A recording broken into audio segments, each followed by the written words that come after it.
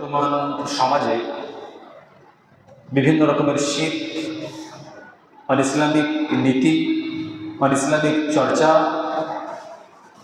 তা থেকে ফিরে আসার উপায় কি, এখান থেকে আমরা নিজেকে বাঁচাবো কি করে, আজকের বক্তব্যের বিষয় এটাই হবে ইনশাআল্লাহ।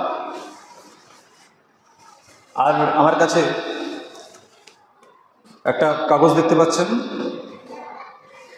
আসলে এই কাগজে বর্তমান সোসাইটিতে বিভিন্ন রকমের শিরকি যে কার্যকলাপ আছে, সেই সব শিরকি কার্যকলাপগুলো যারা এই বিষয়গুলো লক্ষ্য করেছেন যে এই সব শিরকগুলো আমরা দেখেছি আমাদের সমাজে আসে, তো সেই সব বিষয়গুলো আমাকে পয়েন্ট করে আমার হাতে দিয়েছেন। যারা আজকের এই প্রোগ্রামের আয়োজক তারা বিষয়গুলো উল্লেখ করার জন্য বলেছেন যে এই ধরনের শিরক আমাদের সমাজে আছে। ইনশাআল্লাহ বিষয়গুলো আপনাদের সামনে উপস্থাপন করার চেষ্টা করব। আল্লাহ তাআলা তৌফিক দান করেন, আমিন।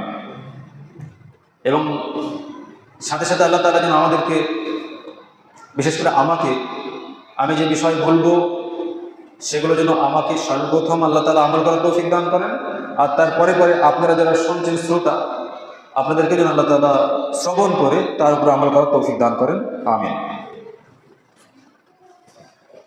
আল্লাহ তাআলা সূরা যারিয়াত আয়াত নাম্বার 56 মধ্যে বলেছেন, ওয়ামা খালাকতুল জিন্না ওয়াল ইনসা ইল্লা লিয়াবুদুন। আমি জিন জাতিকে এবং মানব জাতিকে সৃষ্টি করেছি, উদ্দেশ্য হচ্ছে আমার ইবাদত করবে এজন্য। আল্লাহ তাআলা জিন জাতি এবং মানব জাতিকে সৃষ্টি করেছেন, তার উদ্দেশ্যই হচ্ছে যে আমার ইবাদত বন্দেগী করবে। এরা দুনিয়াতে যাওয়ার পরে শুধু আমারই পূজা করবে, আমারই উপাসনা করবে, আমাকে মেনেই চলবে। এই জন্যই আমি জিন জাতি এবং মানব জাতিকে সৃষ্টি করেছি। তো আমরা যারা এখানে উপস্থিত আছি, যারা অনুপস্থিত, প্রত্যেক ব্যক্তিকে আল্লাহ তাআলা যে সৃষ্টি করেছেন একমাত্র উদ্দেশ্যই হচ্ছে যে এই বান্দারা দুনিয়াতে যাওয়ার পরে এরা আমার ইবাদত বন্দেগী করবে, আমার সাথে অন্য কাউকে শরীক করবে না। আপনারা জানেন যে আমরা যখন ক্ষুদ্র আকারে পিপিলিকার ন্যায় যখন আমাদের আত্মাগুলো আদম আলাইহিস সালাতু ওয়াস সালামের পৃষ্ঠদেশে ক্ষুদ্র ক্ষুদ্র পিপিলিকার ন্যায় ছিল, তো আল্লাহ তাআলা জিজ্ঞাসা করেছিলেন, আলাস্তু বিরাব্বিকুম। ওই ক্ষুদ্র ক্ষুদ্র পিপিলিকার ন্যায় যে আত্মা, আল্লাহ তাআলা ওই আত্মাগুলোকে জিজ্ঞাসা করেছিলেন যে আমি কি তোমাদের প্রভু নয়, আমি কি তোমাদের রব নয়? তো আমরাও ছিলাম, ওই আত্মার মধ্যে আমরাও ছিলাম।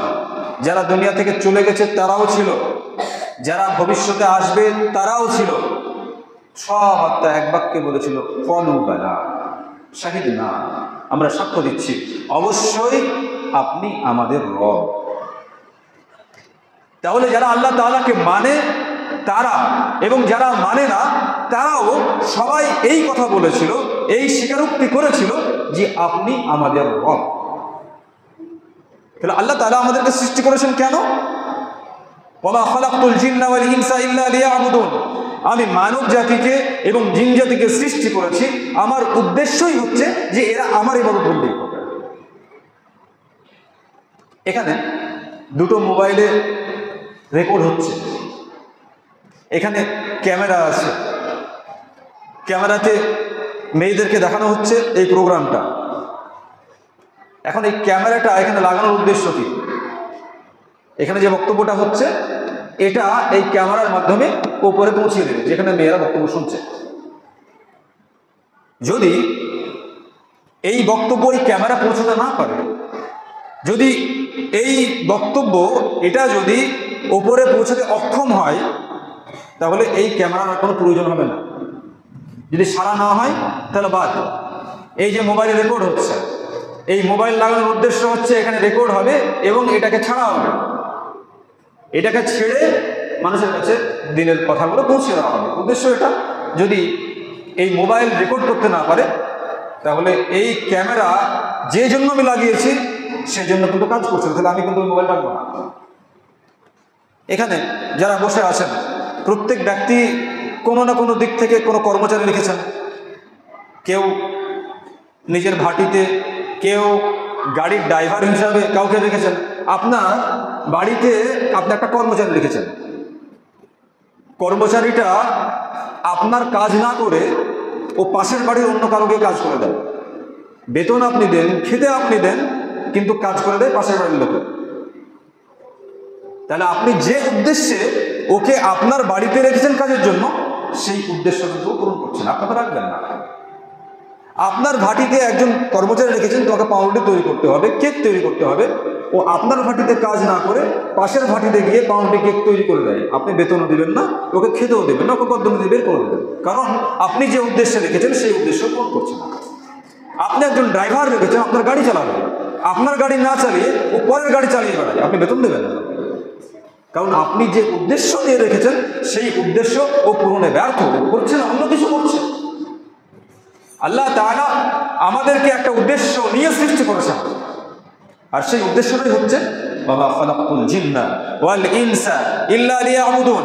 আমি মানব জাতিকে এবং দানব জাতিকে, জিন জাতি, মানুষ জাতিকে সৃষ্টি করেছি। আমার উদ্দেশ্য শুধুমাত্র একটাই, যে ওরা দুনিয়াতে যাওয়ার পরে শুধুমাত্র আমার ইবাদত করবে। আমরা যারা মাইকের আওয়াজ শুনছি, যাদের কানে মাইকের আওয়াজ পৌঁছচ্ছে, যখন আল্লাহ তাআলার ডাক আসে, হাইয়া আলাস সালাহ, হাইয়া আলাল ফালাহ, নামাজের জন্য এসো, পরিত্রাণের জন্য এসো, তার মানে নির্দিষ্ট একটা ইবাদতের জন্য তাকে ডাকা হচ্ছে। সেই সময় সে ইবাদতের জন্য না এসে ওই ব্যক্তি চায়ের দোকানে বসে আছে, ওই ব্যক্তি অন্য কোনো কাজে ব্যস্ত আছে, তাহলে জানতে হবে যে আল্লাহ তাআলা যে কাজের জন্য একজন বান্দাকে সৃষ্টি করেছেন, দুনিয়াতে নিয়ে এসেছেন, সেই কাজটা না করে ওই সময়টাকে ও অন্য কোথাও ব্যয় করছে। সম্মানিত উপস্থিতি, আমরা দুনিয়াবি ব্যাপারে খুব বুঝি। দুনিয়াবি ব্যাপারে বোঝাতে হয় না। দুনিয়াবি ব্যাপারে আমাদেরকে একদমই বোঝাতে হয় না যে আমি যার কাজ করছি তার কাজ যদি না করে আমি সময়টাকে অন্য জায়গায় নষ্ট করে দিই, তাহলে সে আমাকে বেতনও দেবে না, খেতেও দেবে না। এটা আমরা দুনিয়ার ব্যাপারে খুব বুঝছি, কিন্তু এই বিষয়টা আমরা বুঝতেই চাই না, বুঝি না যে আল্লাহ তাআলা আমাকে সৃষ্টি করেছেন, যে আল্লাহ তাআলার জমিনে আমি চলাফেরা করছি, যে আল্লাহ তাআলার দেওয়া আমি শ্বাস প্রশ্বাস নিচ্ছি, যে আল্লাহ তাআলা আমাকে বিভিন্ন রকমের রিজিক ভক্ষণ করার শক্তি দান করেছেন, সেই আল্লাহ তাআলার ইবাদত বন্দেগী করতে হবে। তা থেকে আমরা একদম অলস, একদম এই বিষয়টা বোঝার কোনো চেষ্টাই করি না। তাহলে কি আল্লাহ তাআলার উদ্দেশ্য আমরা পূরণ করছি? আল্লাহ তাআলা যে উদ্দেশ্যে আমাদেরকে সৃষ্টি করেছেন সেই বিষয়গুলো কি আমরা একবার চিন্তা ভাবনা করেছি? আল্লাহ তাআলা সূরা বাকারা আয়াত নম্বর 21 এবং 22 এর মধ্যে বলেছেন, ইয়া আইয়ুহান নাসু উবুদু রাব্বাকুমুল্লাযী খালাকাকুম ওয়াল্লাযীনা মিন ক্বাবলিকুম লাআল্লাকুম তাত্তাকুন। হে মানব জাতি, তোমরা তোমাদের সেই রবের ইবাদত করো, সেই রবের উপাসনা করো যে রব তোমাকে এবং তোমাদের পূর্ববর্তী যারা দুনিয়া থেকে চলে গেছে তাদেরকে কি করেছেন? সৃষ্টি করেছেন। আশা করা যায় তোমরা মুত্তাকি হতে পারবে, সফল কাম হতে পারবে। তাহলে ইবাদত কার করো? যিনি তোমাকে সৃষ্টি করেছেন। আর তোমার পূর্বে, তোমাদের পূর্বে অনেক জাতি ছিল, অনেক মানুষ ছিল, তারা দুনিয়া থেকে চলে গেছে, তো তাদেরকে আল্লাহ তাআলা সৃষ্টি করেছেন। তোমাকে সৃষ্টি করেছেন, তোমার আগে যারা ছিল তাদেরকে সৃষ্টি করেছেন, আবার সৃষ্টি করবেন। সমস্ত ক্ষমতার মালিক তো সেই আল্লাহ, আর সেই আল্লাহ তো সৃষ্টি করেছেন তার ইবাদতের জন্যই। তো শুধু তারই ইবাদত করো, লাআল্লাকুম তাত্তাকুন, আশা করা যায় তোমরা মুত্তাকি হতে পারবে, তোমরা সফল কাম হতে পারবে। আল্লাযী জাআলা লাকুমুল আরদা ফিরাশা, যে আল্লাহ তোমাদের জন্য এই জমিনকে, এই পৃথিবীকে বিছানা স্বরূপ করেছেন, ওয়াস সামাআ বিনাআ, এবং আসমানকে করেছেন ছাদ স্বরূপ। ওয়া আনজালা মিনাস সামা, সেই আসমান থেকে আল্লাহ তাআলা বৃষ্টি বর্ষণ করে বিভিন্ন রকমের ফল ফসল উৎপাদন করেন।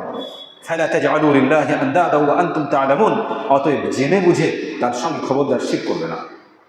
আল্লাহ তাআলা এখানে কি বলছেন? যে এই পৃথিবী, যে পৃথিবীতে তোমরা বিচরণ করছো, যে পৃথিবীতে তোমরা চলাফেরা করছো, এটা তো বিছানার মতো আমি করেছি, তোমাদের জন্যই তো আমি করেছি। তোমাদের মাথার উপরে যে ছাদ আছে, আসমান আছে, ওটাকে তো ছাদের মতো আমি করেছি। আর ওই আসমান থেকে তো আমি বৃষ্টি বর্ষণ করি। শুধু বৃষ্টি বর্ষণ করি না, সেই বৃষ্টির মাধ্যমে বিভিন্ন রকমের ফল ফসল আমি উৎপাদন করি। কিসের জন্য? রিজকাল্লাকুম, তোমরা খাবে সেই জন্য। অতএব তোমরা সব জানছো যে আমি যা খাই এগুলো আল্লাহই দেন। আল্লাহ তাআলা আকাশ থেকে বৃষ্টি না দিলে ফল ফসল পুড়ে সারখার হয়ে যাবে, শেষ হয়ে যাবে।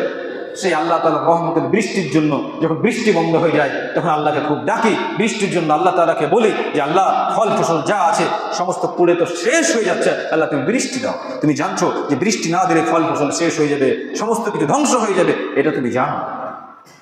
আর সেই বৃষ্টির দ্বারাতেই ফল ফসল উৎপাদন হয়, আর সেই ফল ফসল তোমরা খাও। অতএব আল্লাহর সঙ্গে শরীক করবে না, আল্লাহ যা বলছেন সেগুলো করো, আল্লাহর ইবাদত বন্দেগী করো। সম্মানিত উপস্থিতি, প্রকৃতপক্ষে যারা মুমিন, প্রকৃতপক্ষে যারা মুসলিম, প্রকৃতপক্ষে যারা তাকওয়াশীল, তারা আল্লাহ তাআলার কোনো একটা নিয়ামত, কোনো একটা ফল সে যদি ভক্ষণ করে, যদি খায়, তাহলে সে আল্লাহ তাআলার প্রশংসা করে, আল্লাহ তাআলার শুকরিয়া আদায় করে যে হে আল্লাহ, এত সুন্দর ফল, এই ফল তো তুমি সৃষ্টি করেছো, বৃষ্টি বর্ষণ করেছো, এই ফসল উৎপাদন হয়েছে, তোমার সৃষ্টি করা ফল, তোমার সৃষ্টি ছাড়া তো আমি এটা খেতে পারতাম না। অতএব তোমার শুকরিয়া আদায় করছি যে এত সুন্দর ফল তুমি আমার মুখের কাছে নিয়ে এসে আমি খেতে পারছি।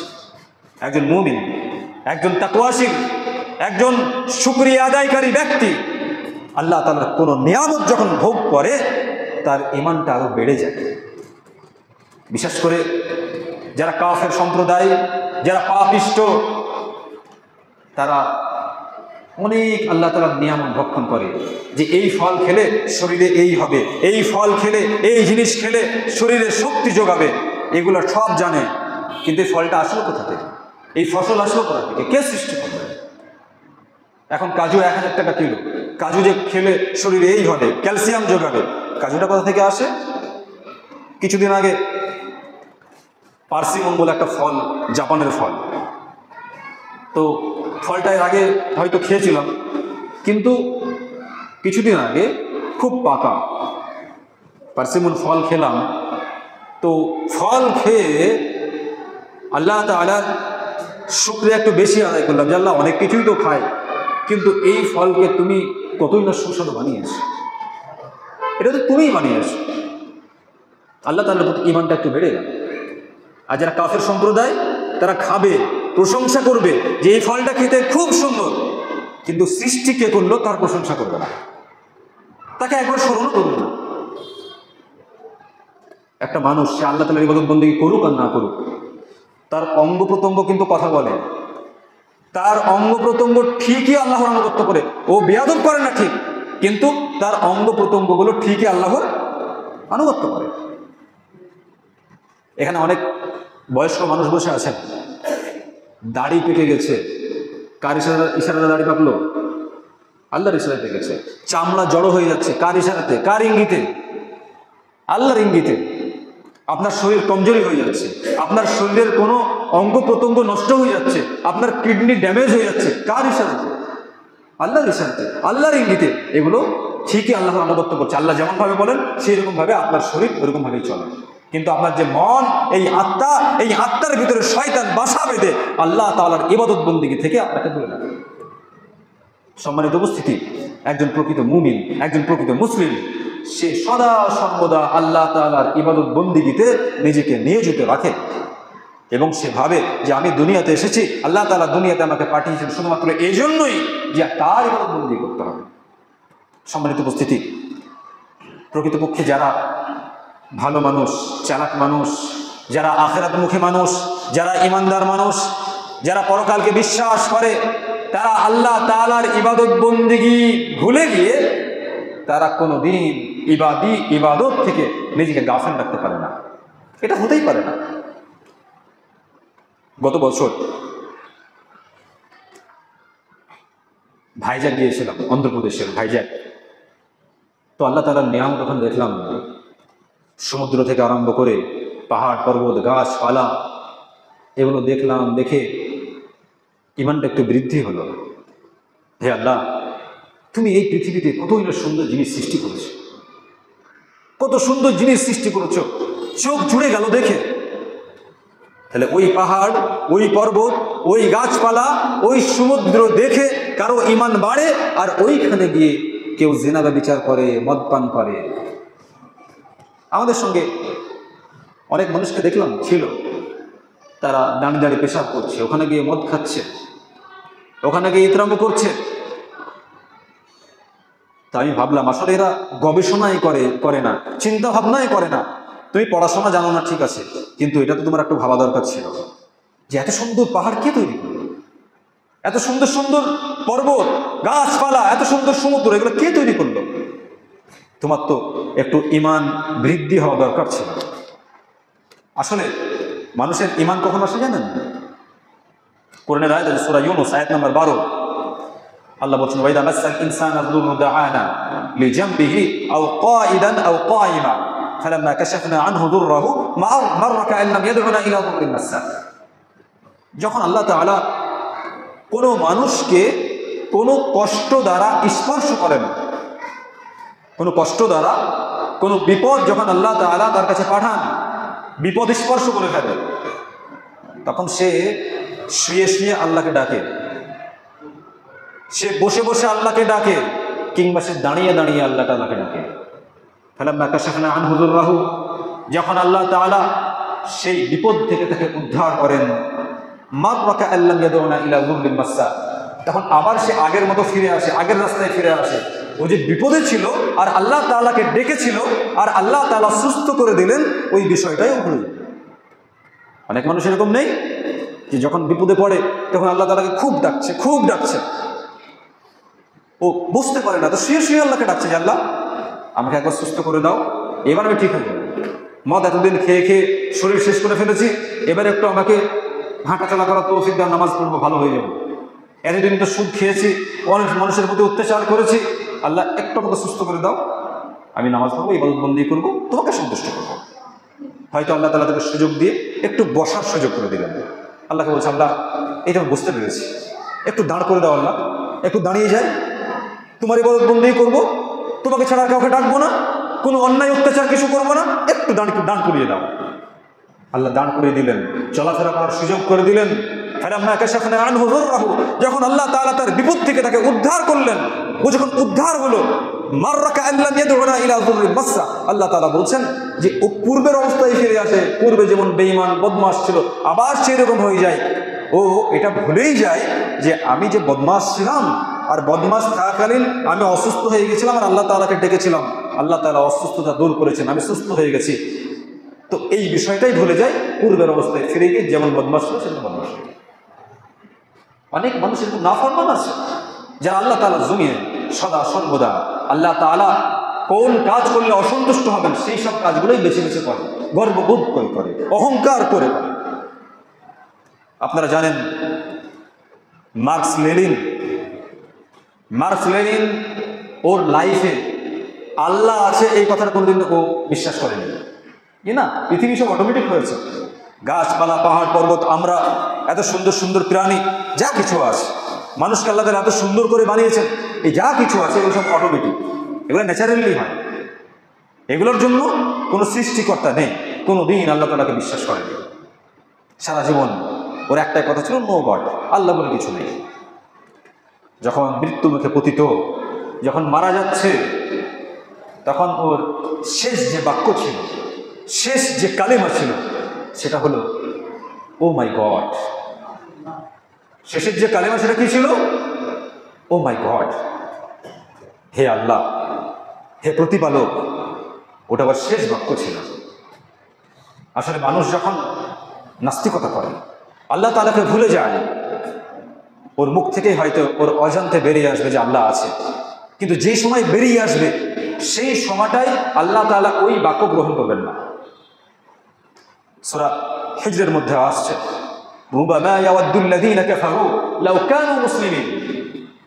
কাফেরদের কাছে এমন একটা মুহূর্ত আসবে, এমন একটা সময় আসবে যে কাফেররা তারা এরকম আশা আকাঙ্ক্ষা করবে, লাউ কানু মুসলিমিন, হায় আফসোস, আমি যদি মুসলিম হতে পারতাম, আমি যদি মুসলিম হয়ে মৃত্যুবরণ করতে পারতাম। এই আফসোসটা করবে মৃত্যুর সময়। ও যখন বুঝতে পারবে যে আমি কুফর অবস্থায়, আমি মুশরিকের অবস্থায় মৃত্যুবরণ করছি, তখন ও এই আশা আকাঙ্ক্ষা করবে, আল্লাহ আমি যদি মুসলিম হয়ে মৃত্যুবরণ করতে পারতাম। কিন্তু ওই আশা আকাঙ্ক্ষা ওই সময়ের আর্তনাদ কোনো কাজে আসবে না। সূরা নিসা আয়াত নম্বর 18 আল্লাহ তাআলা বলছেন ওয়ালাইসাতিত তাওবাতু লিল্লাযিনা ইয়া'মালুনা সাইয়্যাত হাত্তা ইযা হাদারা আহাদাহুমুল মাউত ক্বালা ইন্নী তুবতুল আন ওয়ালাল্লাযিনা ইয়ামুতুনা ওয়া হুম কুফার উলাইকা আ'তাদনা লাহুম আযাবান আলীমা। ওইসব ব্যক্তিদের জন্য তওবা নয়, ওইসব ব্যক্তিদের জন্য ক্ষমা নয় যারা সারা জীবন কুফরি করে, সারা জীবন আল্লাহ বিরোধী কাজ করে, সারা জীবন পাপাচার করে, ওদের জন্য তওবা নয়। যখন মৃত্যু আসে, মৃত্যুর সময় বলে আল্লাহ এখন আমি তওবা করছি, এখন আমি শুধু তোমার উপরেই বিশ্বাসী হচ্ছি। বিভিন্ন দেবদেবীর পূজা করেছি, বিভিন্ন জায়গায় গিয়ে মাথা নত করেছি, বিভিন্ন মাজারে গিয়ে আমি ছাগল মুরগি দিয়েছি, আমি বুঝতে পারিনি তুমি এক, তুমি ছাড়া কেউ কিছু করতে পারে না। আসলে এই বিষয়টা আমি বুঝতে পারিনি, হে আল্লাহ এখন আমি তওবা করি। আল্লাহ তাআলা বলছেন ওইসব কাফের, ওইসব ফাসিক, ওইসব পাপিষ্ঠদের জন্য এখন তওবা নয়, কারণ তওবা করার একটা সময় ছিল, তখন কেন তওবা করেনি? এইসব পাপিষ্ঠ কাফেরদের জন্য আমি জাহান্নাম প্রস্তুত করে রেখেছি। ওরা জাহান্নামে যাওয়ার পরে বুঝতে পারবে ওদের জাহান্নামের শাস্তিটা কত ভয়ঙ্কর। সম্মানিত উপস্থিতি, কোন মানুষ যদি নাস্তিক, ফাসিক, যত বড়ই বদমাশ হোক না কেন, মৃত্যুর সময় আল্লাহ তাআলা আছেন এই কথাটা কোনো না কোনো সময় তাকে স্মরণ করতেই হবে। বাংলাদেশের একজন চেয়ারম্যান, সম্ভবত এটা 15-20 বছর আগের কথা, ওর পুরো লাইফে ইসলাম বিরোধী কথা দিয়ে ও অনেক বই লিখেছিল, যে কথাতে আল্লাহ এবং তার রাসূলকে কষ্ট দেওয়া যায় এই ধরনের কথা দিয়ে ও অনেক বই লিখেছে। ও যখন অসুস্থ হয়ে যায়, অনেক ডাক্তারের কাছে নিয়ে যাওয়া হয়, ডাক্তার বলে কোনো রোগ নেই, চিকিৎসা করে বলে কোনো রোগ নেই, সুস্থ মানুষ, বিছানায় শুধু ছটফট করে। ওই লোকটা মৃত্যুর আগে যখন ওকে বলা হয় যে লা ইলাহা ইল্লাল্লাহ পড়ো, তখন চিৎকার করে, অনেক সব কথাই বলতে পারে, লা ইলাহা ইল্লাল্লাহ বের হয় না। ও শেষের বেলায় বললো আমি যেসব বইগুলো লিখেছি এই সব বইগুলো আমার কাছে নিয়ে এসো। বইগুলো নিয়ে আসা হলো, ছেড়ে ওই বইয়ের উপরে পেশাব করছে, বলছে আমার লাইফ নষ্ট করেছে, আমার লাইফ ধ্বংস করেছে শয়তান, শয়তানের চক্রান্তে পড়ে আমি সারা জীবন ইসলাম বিরোধী কথা লিখেছি, আল্লাহ এবং তার রাসূল বিরোধী কথা লিখেছি। এইরকম করে মৃত্যুর সময় লা ইলাহা ইল্লাল্লাহ পাঠ করতে পারেনি, চিৎকার করতে করতেই যখন লা ইলাহা ইল্লাল্লাহ বলা হয়েছে তখন চিৎকার করতে করতে মৃত্যুবরণ করেছে। তাসলিমা নাসরিন যে প্রস্টিটিউট, এখন কলকাতার বুকে বুক ফুলিয়ে জমিন কাঁপিয়ে চলাফেরা করছে, এই তাসলিমা নাসরিন এই প্রস্টিটিউট সদা সর্বদা ইসলাম বিরোধী কথাবার্তা লিখছে, সদা সর্বদা মুহাম্মদুর রাসূলুল্লাহ সাল্লাল্লাহু আলাইহি ওয়াসাল্লামের বিরুদ্ধে লিখছে। আর এই তাসলিমা নাসরিনের কিছু কুলাঙ্গার অনুসারী আছে, যেসব ছেলেরা মুসলিম ঘরে জন্মগ্রহণ করেছে, তার পিতামাতা ইসলামিক শিক্ষা না দেওয়ার জন্য এরা আল্লাহ রাসূল সাল্লাল্লাহু আলাইহি ওয়াসাল্লামের অনুসারী না হয়ে এরা তাসলিমা নাসরিনের অনুসারী হয়ে এরা নাস্তিক হয়ে গেছে, এরা শয়তান হয়ে গেছে, এরা যা ইচ্ছা তাই করছে। এরাও একদিন ঠিক মৃত্যুর সময় ও মাই গড আল্লাহ আছে কথা বেরিয়ে আসবে, আল্লাহ আছে এই কথা বেরিয়ে আসবে, আল্লাহ তাআলার কথা একদিন স্মরণ হবে যখন মৃত্যু আসবে। কিন্তু সেই সময় ওই স্মরণ হওয়া আল্লাহ তাআলাকে এক বলে মেনে নেওয়া কোনো কাজে আসবে না। সম্মানিত উপস্থিতি, আমি যে বিষয়টা আপনাদেরকে বলতে চাইছি সেটা হচ্ছে আল্লাহ তাআলা আমাদেরকে সৃষ্টি করেছেন তার ইবাদত বন্দেগী করার জন্য। আমরা 50 থেকে 60 বছরের জন্য এই দুনিয়াতে এসেছি। এই 50 থেকে 60 বছর 70 বছর এই সময়টা আল্লাহ তাআলার ইবাদত বন্দেগী করে তাকে সন্তুষ্ট করে এখান থেকে বিদায় গ্রহণ করতে হবে, এখান থেকে গিয়ে আল্লাহ তাআলার সঙ্গে সাক্ষাৎ করতে হবে।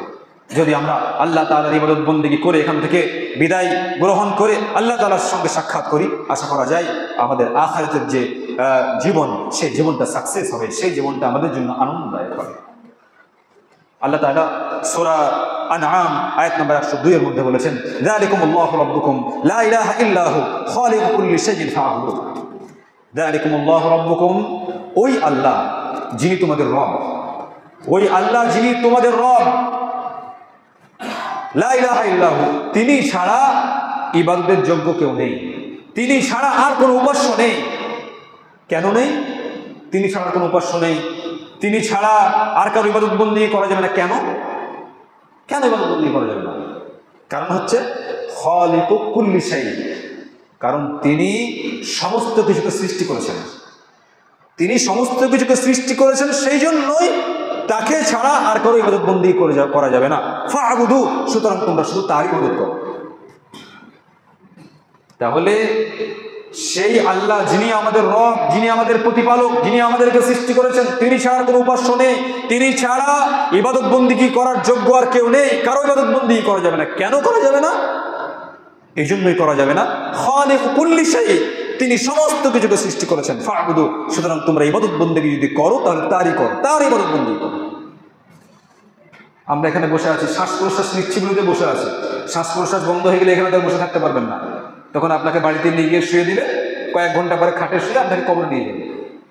তো এই শ্বাস প্রশ্বাসটা যে চলছে, এটাকে সৃষ্টি করেছেন আল্লাহ তাআলা, সৃষ্টি করেছেন। আপনি যে চলাফেরা করছেন, আপনার যে শরীর, আপনার যে অঙ্গ প্রত্যঙ্গ যে সুস্থভাবে আপনি দুনিয়াতে জীবনযাপন করছেন, কে করেছেন? আল্লাহ তাআলা করেছেন। সেই জন্যই ফা'বুদু, তারই ইবাদত বন্দেগী করতে হবে।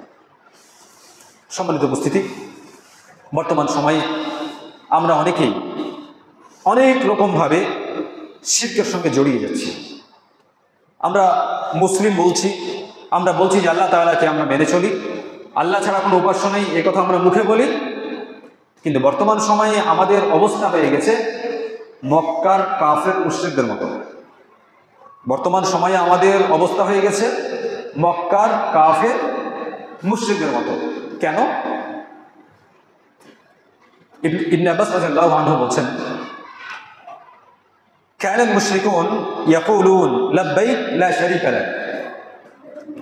মক্কার কাফের মুশরিকরা যখন কাবা ঘরকে তাওয়াফ করত, কাবা ঘরের তাওয়াফ করত মক্কার কাফের মুশরিকরা, যারা হজ করে এসেছেন তারা জানেন যে কাবা ঘরকে আমরা তাওয়াফ করি। তো মক্কার কাফের মুশরিকরা কাবা ঘরকে তাওয়াফ করত আর তারা বলতো লাব্বাইক লা শারীকা লাক, আল্লাহ তোমার দরবারে উপস্থিত হয়েছে, তোমার কোনো শরীক নেই, তোমার কোনো অংশী নেই, ইবাদত বন্দেগী করতে হলে শুধু তোমারই করতে হবে, তোমার কোনো শরীক নেই, তোমার কাছে উপস্থিত। এটা কারা বলতো? মক্কার কাফের মুশরিকরা বলতো। মুহাম্মদ রাসূলুল্লাহ সাল্লাল্লাহু আলাইহি ওয়াসাল্লাম তিনি এদের কথা শুনে, ফায়াকুল রাসূলুল্লাহ সাল্লাল্লাহু আলাইহি ওয়াসাল্লাম ওয়াইলাকুম কদ কদ, আল্লাহ রাসূল সাল্লাল্লাহু আলাইহি ওয়াসাল্লাম এই কাফের মুশরিকদের কথা শুনে তিনি বলতেন, তোমাদের জন্য দুর্ভোগ হয়েছে, হয়েছে, আর বলতে হবে না, আর বলতে হবে না, হয়েছে, যথেষ্ট হয়েছে। অর্থাৎ মক্কার কাফের মুশরিকদের কাজ ছিল সদা সর্বদা দেবদেবীর পূজা করা। ওরা গিয়ে দেবদেবীর পূজা করত, লাত উজ্জার পূজা করত, মানাতের পূজা করত। আর ওরা কাবার তাওয়াফ করতে গিয়ে ওরা বলতো লাব্বাইক লা শারীকা লাক, হে আল্লাহ তোমার দরবারে উপস্থিত, তোমার কোনো শরীক নেই, তোমার কোনো অংশী নেই, ইবাদত বন্দেগী যদি করতে হয় শুধু তোমার। মক্কার কাফের মুশরিকরা এই কথা বলতো কাবা ঘরকে যখন কি করত? তাওয়াফ করত। আর আল্লাহ সাল্লাল্লাহু আলাইহি ওয়াসাল্লাম এই কথা শুনে তিনি বললেন, ওয়াইলাকুম কদ কদ, তোমাদের জন্য দুর্ভোগ, তোমাদের জন্য ধ্বংস, তোমরা দেবদেবীর পূজা সব সময় করো, তোমরা আল্লাহর সঙ্গে শিরিক করো, আর তোমরা বলছো যে আল্লাহর কোনো শরীক নেই। আর বলতে হবে না, থাক, হয়েছে, হয়েছে। আল্লাহ সাল্লাল্লাহু আলাইহি ওয়াসাল্লাম এই কথা বলতেন ওদের কথা শুনে। বর্তমান সময়ে আমাদের অবস্থা, এটা ছিল মক্কার কাফের মুশরিকদের কথা, যে কাফের মুশরিকরা দেবদেবীর পূজা করত আর তারপরে ওরা বলতো যে আল্লাহর কোনো শরীক নেই। আর আমরা কিভাবে শিরক করছি বর্তমান সময়ে? মসজিদে 5 ওয়াক্ত নামাজ পড়তে আসছি, আমরা নামাজে পড়ছি ইয়্যাকা না'বুদু ওয়া ইয়্যাকা নাস্তাঈন, আল্লাহ তোমারই ইবাদত করি, ওয়া ইয়্যাকা নাস্তাঈন, আর তোমার কাছেই সাহায্য চাই। ইবাদত বন্দেগী তোমার, আর সাহায্য যদি চাইতে হয় তা তোমার কাছেই সাহায্য চাই, অন্য কারো কাছে না। তাহলে যখন নামাজে দাঁড়ালাম, তাহলে প্রত্যেক রিকাতে যখন আমি বলবো যে ইয়্যাকা না'বুদু ওয়া ইয়্যাকা নাস্তাঈন, আল্লাহ তোমারই ইবাদত করি, তোমার কাছেই সাহায্য চাই, যদি এই কথা বলি তাহলে তার উপরে অটল থাকতে হবে না? অটল থাকতে হবে না? আমি যখন বলবো ইয়্যাকা না'বুদু, তোমারই ইবাদত করি, তার মানে কি আল্লাহ ছাড়া কারো ইবাদত করা যাবে? আল্লাহ ছাড়া অন্য কারো কাছে গিয়ে কোনো রকমের মাথা নত করা যাবে? কেন করা যাবে না? আমি তো নিজেই স্বীকারোক্তি দিচ্ছি যে ইয়্যাকা না'বুদু ওয়া ইয়্যাকা নাস্তাঈন, আল্লাহ তোমার ইবাদত করি, তোমার কাছে সাহায্য চাই, অন্য কারো কাছে নয়। এই কথা বলার পরে আমি মসজিদের বাইরে চলে গেলাম, আসরের নামাজ পড়লাম, মসজিদের বাইরে গেলাম। এখন রাজনৈতিক দলের কোনো নেতার সঙ্গে আমি কোনো জায়গায় যাব, কোনো সভাতে যাব, তো সেই সভাতে তো আর শুধু মুখে যাওয়া যায় না, তাই না? কিছু না কিছু তো বলতে হয়। শুধু মুখে গেলে মানায়? আশেপাশের লোককে আর বুঝতে পারবে যে একটা সভা জন্য এর অগ্রসর হচ্ছে? তাহলে আমাদেরকে কিছু বলতে হবে। কি বলতে বলতে যাব? বন্দে মাতরম। তাহলে একটু আগে নামাজ পড়লাম, ইয়্যাকা না'বুদু ওয়া ইয়্যাকা নাস্তাঈন, আল্লাহ তোমার ইবাদত করি, তোমার কাছে সাহায্য চাই। আর মসজিদ থেকে বেরিয়ে গিয়ে যখন আমি কোনো সভাতে অ্যাটেন্ড করতে যাচ্ছি, তখন আমি চিৎকার করে করে বন্দে মাতরম, বন্দে মাতরম। তার মানে আমি বলছি যে আমি এই ভারত মাটি, এর কাছে আমি মাথা নত করি, এর আমি ইবাদত করি, এর কাছে আমি আমার যে এই মাথা, যে মাথাটা আল্লাহর জন্য কিছুক্ষণ আগে নত হলো, সেটা তোমার কাছেও নত করি। কোনো ব্যক্তি যদি বন্দে মাতরম এই স্লোগান দেয়, তাহলে সে ইসলাম থেকে খারিজ হয়ে যাবে। বন্দে মাতরম কেউ যদি বলে, ইসলামের সঙ্গে আর কোনো সম্পর্ক থাকবে না। ওই মক্কার কাফের মুশরিকদের মতোই তার অবস্থা হবে। কারণ মক্কার কাফের মুশরিকরা ওরা যখন বাইতুল্লাহ তাওয়াফ করত, তখন তাওয়াফ করতে গিয়ে বলতো, লাব্বাইক লা শারীকা লাক, আল্লাহ তোমার দরবারে আমি উপস্থিত, তোমার কোনো শরীক নেই। আর মুহাম্মদুর রাসূলুল্লাহ সাল্লাল্লাহু আলাইহি ওয়াসাল্লাম তিনি বলতেন, ওয়াইলাকুম ক্বাদ ক্বাদ, হয়েছে হয়েছে, তোমাদের জন্য ধ্বংস, তোমাদের জন্য ওয়াইল জাহান্নাম। তোমরা বলছো যে আল্লাহর কোনো শরীক নেই, হ্যাঁ তোমরা বলছো যে আল্লাহ তাআলার দরবারে উপস্থিত আছি, আর তোমরা তো এখান থেকে যাওয়ার পরে কিছুক্ষণ পরে দেবদেবী পূজা করবে। এখান থেকে বেরিয়ে গিয়ে তো তোমরা লাত উজ্জা মানাতের পূজা করবে, আর তুমি বলছো যে আল্লাহর কোনো শরীক নেই। তো বর্তমান মুসলিম সমাজের অবস্থাও তাই, যে এরা নামাজে বলে ইয়্যাকা না'বুদু ওয়া ইয়্যাকা নাস্তাঈন, আল্লাহ আমি তোমার ইবাদত করি আর তোমার কাছে সাহায্য চাই। আর মসজিদ থেকে বেরিয়ে যাওয়ার পরে এরা স্লোগান দিতে দিতে যায় বন্দে মাতরম। বড় আফসোস লাগে, অনেক বয়স্ক মানুষ, দাড়ি চুল পেকে গেছে, হয়তো কবরে কিছুদিন পরেই চলে যাবে, এরাও বন্দে মাতরম স্লোগান দিতে দিতে যায়। এদেরকে ঘরের নেশা লাগিয়ে দেয় যে ঘর দেবো, টাকা দেবো, হ্যাঁ এবার যদি ভোটে জিতে যায় তো তোমাকে এই দেবো তাই দেবো, পাবে না কিছুই। কিন্তু এরকমভাবে স্বপ্ন দেখিয়ে ওদেরকে বন্দে মাতরম স্লোগানটা দিয়ে নেয়। তা তুমি যে বন্দে মাতরম স্লোগানটা দাও, তুমি যে বলো, তোমার যদি সামান্যতম বিবেক থাকতো, বুদ্ধি থাকতো, তোমার মুখ থেকে বাক্য বের হতো না। কারণ ওই বাক্য যদি বের হয় তাহলে মক্কার যে কাফের মুশরিক, ওদের সঙ্গে তোমার কোনো পার্থক্য নাই। ওরা যেমন তোমরাও তেমন। ওরা যেমন ওই তাওয়াফ করতে গিয়ে লাব্বাইক লা শারীকা লাক বলতো, আর তুমি নামাজ পড়তে এসে ইয়্যাকা না'বুদু বলছো, আর বাইরে গিয়ে বন্দে মাতরম বলছো, আর ওরা তাওয়াফ করার পরে বাইরে গিয়ে লাত উজ্জার পূজা করতো। অবস্থা তো তাই। ইহদিনাস সিরাতাল মুস্তাকিম, নামাজে বলছি আল্লাহ আমাকে সোজা পথে চালা, আমাকে সোজা পথে চালা। তো বের হয়ে তো সম্পূর্ণ বেকার। হ্যাঁ, মসজিদ থেকে বের হয়ে বেশিরভাগ মানুষই বেকার রাস্তায় চলে, আর নামাজে বলে গেল ইহদিনাস সিরাতাল মুস্তাকিম, আল্লাহ আমাদেরকে একদম সোজা পথ দেখাও। কোন পথ? সিরাতাল লাযীনা আন'আমতা আলাইহিম, যে পথে নবী রাসূলরা চলেছেন, যাদেরকে তুমি পুরস্কৃত করেছো, অর্থাৎ নবী রাসূল, সাহাবায়ে কেরাম, ওরা যে রাস্তায় চলেছেন সেই রাস্তায় আমাদেরকে পরিচালিত করো। আর কোন রাস্তায় পরিচালিত করো না? গায়রিল মাগদুবি আলাইহিম ওয়ালাদ দাল্লিন, ইহুদি খ্রিস্টানদের রাস্তায় চালাও না। ইহুদি খ্রিস্টানরা যে রাস্তায় চলে, ওরা যে পথভ্রষ্ট, তো ওদের রাস্তায় আমাকে চালাও না, আমাদেরকে চালাও না, আমাদেরকে চালাও নবী এবং রাসূলদের পথে। তাহলে নামাজে এসব আমরা বললাম, বলে বাইরে গিয়ে আল্লাহর সঙ্গে চিলান। হ্যাঁ, বর্তমান সময়ে 90% মুসল্লি এরা আল্লাহর সঙ্গে চিটারি করে, আল্লাহর সঙ্গে বাটপারি করে। কারণ নামাজে বলে যায় এক, আর বাইরে গিয়ে করে আরেক। নামাজে বলে তোমার ইবাদত করি, আর বাইরে গিয়ে অন্য কোনো ইবাদত করে। নামাজে বলে আল্লাহ তোমার ইবাদত করি, আর বাইরে গিয়ে কোনো মূর্তির গলায় ফুলের মালা চাপিয়ে দেয়। এখানে বলে আল্লাহ তোমার ইবাদত করি, আর বাইরে গিয়ে কোনো নেতা মন্ত্রী মারা গেছে তার জন্য নীরবতা পালন করে।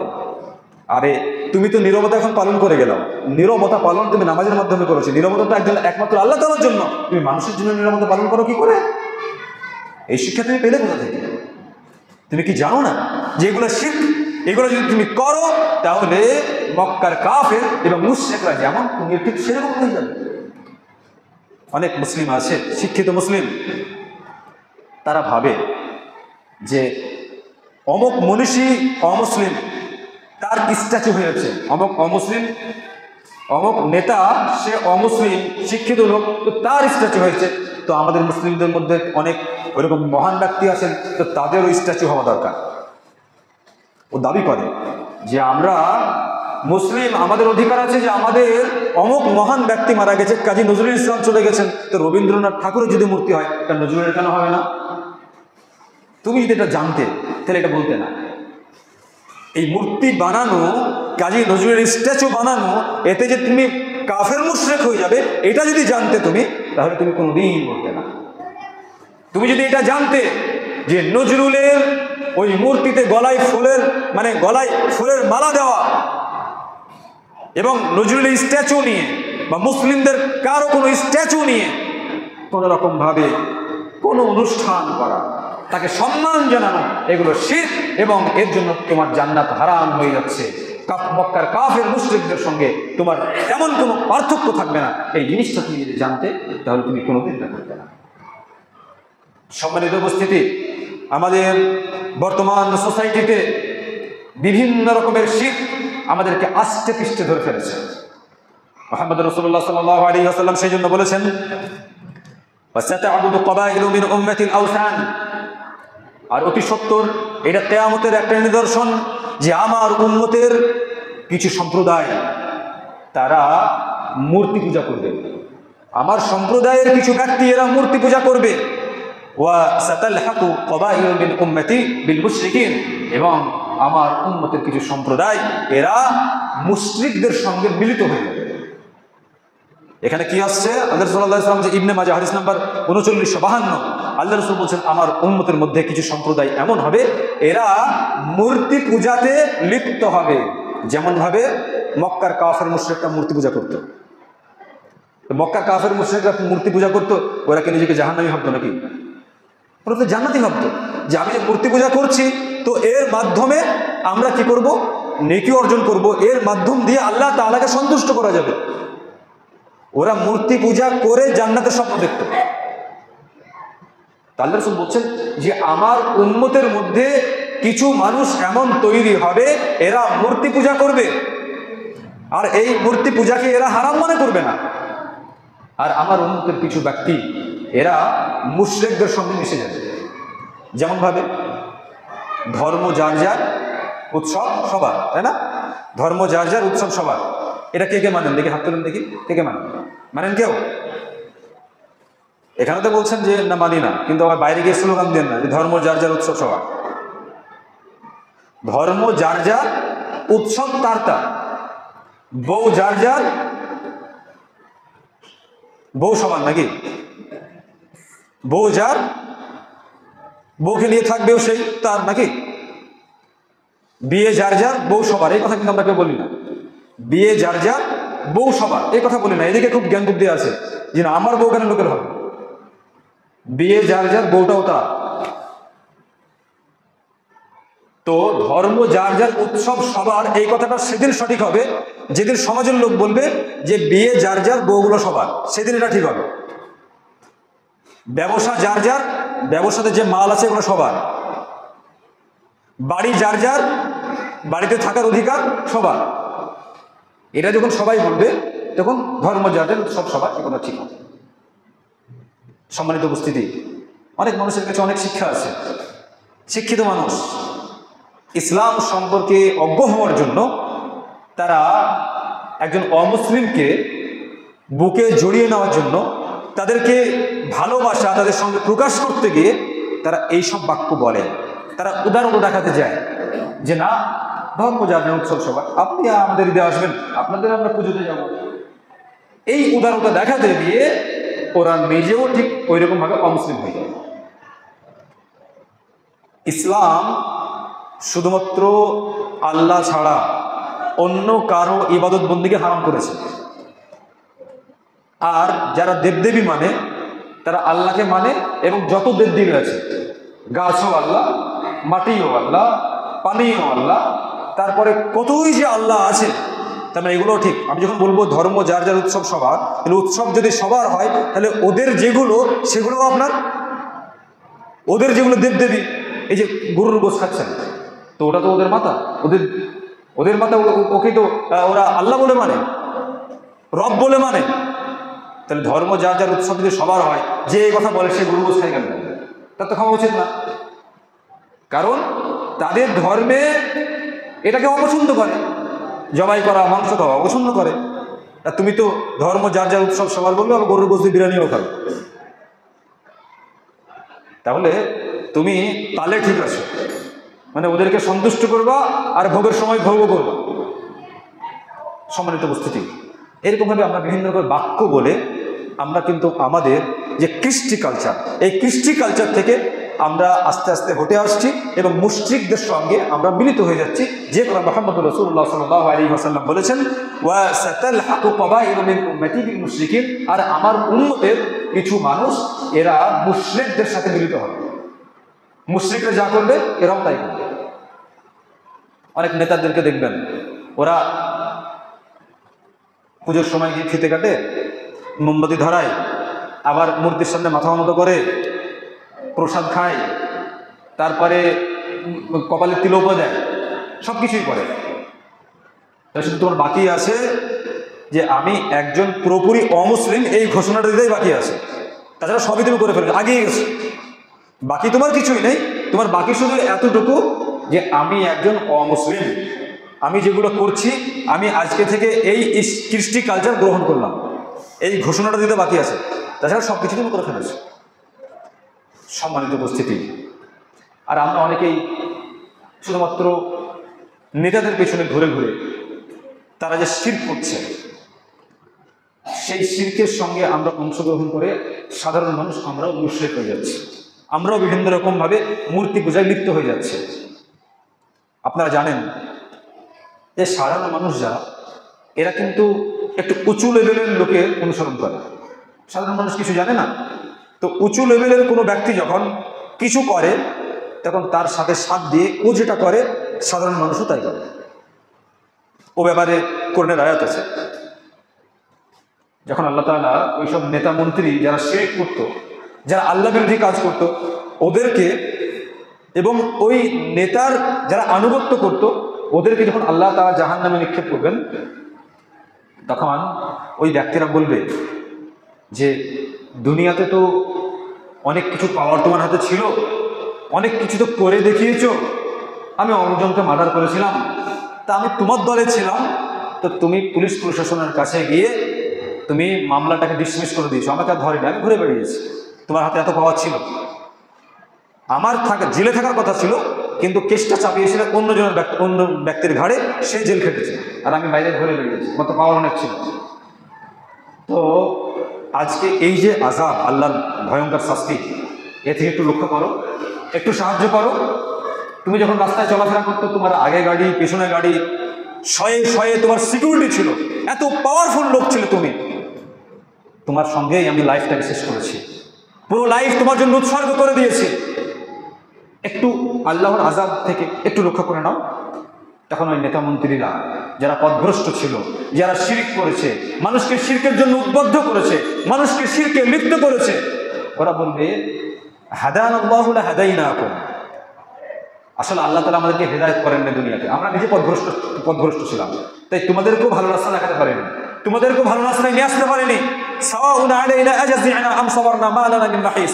অতএব এখানে চিৎকার করা আর না করা দুটোই সমান। এখানে চিৎকার করে ভাই কোনো লাভ হবে না, এখন তোমরা যাই করো না কেন তোমার শাস্তি আমাদের শাস্তি সব সমান, শাস্তি ভোগ করতে হবে। সম্মানিত উপস্থিতি, আমরা যারা দ্বীনকে ভুলে গিয়ে, আল্লাহ তাআলাকে ভুলে গিয়ে কোন নেতা নেত্রীর পেছনে ঘুরে ঘুরে আমরা শিরক করি, আল্লাহ তাআলাকে ভুলে যাই, আল্লাহ বিরোধী কাজ করি, কিয়ামতের দিনে ওই নেতা নেত্রীর সঙ্গে যখন আপনাকে জাহান্নামে নিক্ষেপ করা হবে, তখন জাহান্নামে যাওয়ার পরে আপনাকে আর্তনাদ করে করে এই কথাগুলো বলতে হবে যে হে নেতা, আমাকে একটু সাহায্য করো, দুনিয়াতে তো অনেক সাহায্য করেছিলে, দুনিয়াতে তো আমাকে বাঁচিয়েছিলে, আমি অমুক জনের উপর অত্যাচার করেছিলাম, অমুক জনের আমি জমিকে হরণ করেছিলাম, আমি অমুক জন ব্যক্তির কোটি টাকার জমি আমি জোর করে দখল করেছি, শুধু তোমার পাওয়ারে তুমি নেতা ছিলে, তুমি মন্ত্রী ছিলে, তুমি আমার দখলে দিয়ে দিয়েছো, কোনো ব্যক্তির কোনো কথা বলার ক্ষমতা হয়নি। তো আজকে আল্লাহর আযাব থেকে একটু রক্ষা করো, অনেক পাওয়ার ছিল, আজকে পাওয়ারটা একটু দেখাও। তখন সে নেতা নেত্রী বলবে সাওয়াউন আলাইনা আজাজি'না আম সাবারনা মা লানা মিন মাহিস, ধৈর্য ধারণ করা না করা দুটোই সমান, আল্লাহর শাস্তি থেকে বাঁচার কোনো রকমের রাস্তা নেই। সম্মানিত উপস্থিতি, আমাদের এই 60 বছরের 70 বছরের যে জীবনটা, এই জীবনটা আল্লাহ তাআলার ইবাদত বন্দেগীতে অতিবাহিত করি, আল্লাহ তাআলাকে সন্তুষ্ট করার চেষ্টা করি, শুধুমাত্র দুনিয়ার লোভে, দুনিয়াতে কিছু পাবো বলে বন্দে মাতারাম স্লোগান দিয়ে কাউকে খুশি করা, এমন কিছু শিরক করা যে শিরকের মাধ্যমে আপনি আপনার লাইফকে নষ্ট করছেন। আর লাইফকে নষ্ট করে আপনি ভাবছেন যে দুনিয়াতে হয়তো আমি এইগুলো করলে, এইগুলো বললে আমার জন্য দুনিয়াতে হাতে এই জিনিসগুলো আছে, এগুলো হয়তো আমাকে পাইয়ে দেবে, এগুলো হয়তো আমাকে করে দেবে, আপনি হয়তো ভাবছেন। তো সেই শিরকের মাধ্যমে হয়তো আপনি দুনিয়াতে হয়তো কিছু পাচ্ছেন, কিন্তু আখিরাতকে আপনি বরবাদ করে ফেলছেন। আল্লাহ তাআলা আমাদের সবাইকে, মক্কার কাফের মুশরিকরা যেমন শিরক করে তারা জান্নাতের দাবিদার ছিল, জান্নাতের স্বপ্ন দেখত, আল্লাহ তাআলা আমাদেরকে যেন সেই ধরনের স্বপ্ন থেকে রক্ষা করেন না, আমিন। আল্লাহ তাআলা আমাদেরকে প্রকৃতপক্ষে ইবাদত বন্দেগী হওয়ার পরে যেন আমরা জান্নাতের স্বপ্ন দেখি, সেই তৌফিক দান করেন, আমিন। আল্লাহ তাআলা আমাদের সবাইকে যত রকমের শিরক আছে, এই সামাজিক শিরক যেগুলো আমি বললাম, এই সব শিরক থেকে আল্লাহ তাআলা আমাদেরকে রক্ষা করেন, বলেন আমিন। আমাদের সমাজে যেসব শিরকগুলো আছে, যদি এক এক করে বলি, অনেক সময় দরকার। আমি খুব সংক্ষিপ্ত আকারে আপনার সম্মুখে বিষয়গুলো আলোকপাত করার চেষ্টা করছি। আশা করা যায় এগুলো যদি মেনে চলেন, তাহলে দুনিয়াবী জীবন এবং আখিরাতের জীবন আপনার সাকসেস হবে। আমাদের মাঝে অনেক ব্যক্তি এমন আছে যে কোনো গণকের কাছে এবং কোনো জ্যোতির্বিদের কাছে গিয়ে আমরা হাত দেখাই যে আমার ভাগ্যে কি আছে, এতদিন ধরে চাকরির জন্য পড়াশোনা করছি কিন্তু চাকরি হয় না, এতদিন ধরে চাকরির জন্য মেহনত করছি, পড়াশোনা করছি, চাকরিতে বসছি, পরীক্ষা দিচ্ছি, সেটা চাকরি হচ্ছে না, দিয়ে কি করে গণককে হাত দেখায়। কোনো শিক্ষিত ছেলে কোনো গণকের কাছে গিয়ে যদি হাত দেখায় যে আমার চাকরি হবে না, কোনো কিছু বাধা আছে, সেই বাধাটা কাটানোর জন্য কিছু করতে হবে, তাহলে সে শিক্ষিত না, সে হচ্ছে বর্বর অশিক্ষিত। আল্লাহ রাসূল কি বলেছেন? ইন্না মিন আশরাতিস সাআহ আন ইউরফা'আল ইলম ওয়া ইয়াসবুতাল জাহল ওয়া ইশরাবাল খামর ওয়া ইয়াযহারাজ জিনা। কিয়ামতের অন্যতম নিদর্শনগুলি হলো ইলম উঠে যাবে, শিক্ষা উঠে যাবে, আর মানুষ জাহিল মূর্খ হবে, মানুষ মদ পান করবে, জিনা বিচার করবে। এগুলো কিয়ামতের অন্যতম আলামত। তো আল্লাহ রাসূল বলেছেন সর্বপ্রথম যে ইলম উঠে যাবে, ইলম থাকবে না। তো কোনো ছেলে যখন অনেক পড়াশোনা করার পরে ও যখন চাকরি পাচ্ছে না, কোনো গণকের কাছে গিয়ে যখন হাত দেখাচ্ছে, তার মানে ও হচ্ছে অশিক্ষিত, ওর কাছ থেকে ইলম উঠে নেওয়া হচ্ছে বর্বর, কিছু জানে না। ও যদি জানতো তাহলে কোনো দিন ও হাত দেখাতো না। ও জানে না, অশিক্ষিত বলেই হাতটা দেখায়।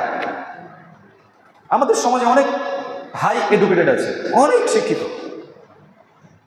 শিক্ষিত ব্যক্তি আছে, কিন্তু তারা আল্লাহ তাআলার বিধানগুলো কি, আল্লাহ তাআলার জন্য কি করতে হয়, এগুলোই জানে না। ইবাদত বন্দেগী কেন করব, শিরক থেকে কেন বাঁচবো, কেন তাওহীদের উপরে থাকবো, এগুলো জানে না। তার মানে আল্লাহ রাসূলের যে কথা, ইলমকে উঠে নেওয়া হবে, মানুষ জাহিল মূর্খ হবে। বর্তমান সময়ে আগের তুলনায় মানুষ এখন বেশি শিক্ষিত। আগে মাধ্যমিক খুঁজে পাওয়া যেত না, এখন মাধ্যমিক নর্মাল, মাধ্যমিকদের চাকরি হয় না, গ্রাজুয়েশন, মাস্টার ডিগ্রি এদের কথা বলেন, এদেরকে বাস। আর মাধ্যমিক যেগুলো উচ্চ মাধ্যমিক, এদেরকে সামান্য ছোট লেভেলের চাকরিগুলো দেওয়া হয়, নিম্ন লেভেলের চাকরিগুলো দেওয়া হয়। তাহলে মাধ্যমিক উচ্চ মাধ্যমিক এক সময় পাওয়া যেত না, আর এখন মাধ্যমিক উচ্চ মাধ্যমিক এগুলোকে শিক্ষার মধ্যে গণ্যই করে না। তোমার মাস্টার ডিগ্রি আছে কিনা বলো, পিএইচডি আছে কিনা বলো। আর এইসব শিক্ষার হার কিন্তু বেড়েছে, অনেক আছে। শিক্ষা তো কমেনি, বাড়ছে, শিক্ষা বাড়ছে। তাহলে কেন বললেন আল্লাহ সাল্লাল্লাহু আলাইহি ওয়াসাল্লাম যে শিক্ষা উঠে যাবে? এই জন্যই শিক্ষা উঠে যাবে যে তুমি বেটা এত শিক্ষা অর্জন করেছো যে তুমি এটা জানো না যে গণককে হাত দেখালে তুমি কাফের মুশরিক হয়ে যাবে। তুমি চাকরির জন্য গণকের কাছে যাও, তোমার কবে বিয়ে হবে সেটা জানার জন্য তুমি গণকের কাছে যাও। তার মানে তুমি যতই শিখো না কেন, তুমি যতই এডুকেটেড হও না কেন, তুমি হচ্ছে অশিক্ষিত, তুমি হচ্ছে বর্বর। দেখবেন বিশেষ করে শিয়ালদা লাইনে যখন ট্রেনে চাপি, তখন ছোট ছোট পোস্টারগুলো মারা থাকে যে অমুক হাফেজ সাহেব, অমুক বাবা, তিনি রুগী দেখেন 401 টাকা, 501 টাকা, 101 টাকা তিনি ফিজ নেন। আর সমস্যা কি? প্রেমে বাধা, প্রেমে সাকসেস হতে পারছে না, স্বামী স্ত্রীর মধ্যে সম্পর্ক তৈরি হচ্ছে না, স্বামী স্ত্রীর মধ্যে বিচ্ছেদ, চাকরি হচ্ছে না। এগুলো লেখা থাকে না, পড়েননি? হ্যাঁ। অনেক ছেলে ফোন নাম্বার কালেক্ট করে, ওদের কাছে যায়। যে বেয়াদব এগুলোর সমাধান করে ও নিজেও জানে না যে আমার ভাগ্যে কি আছে।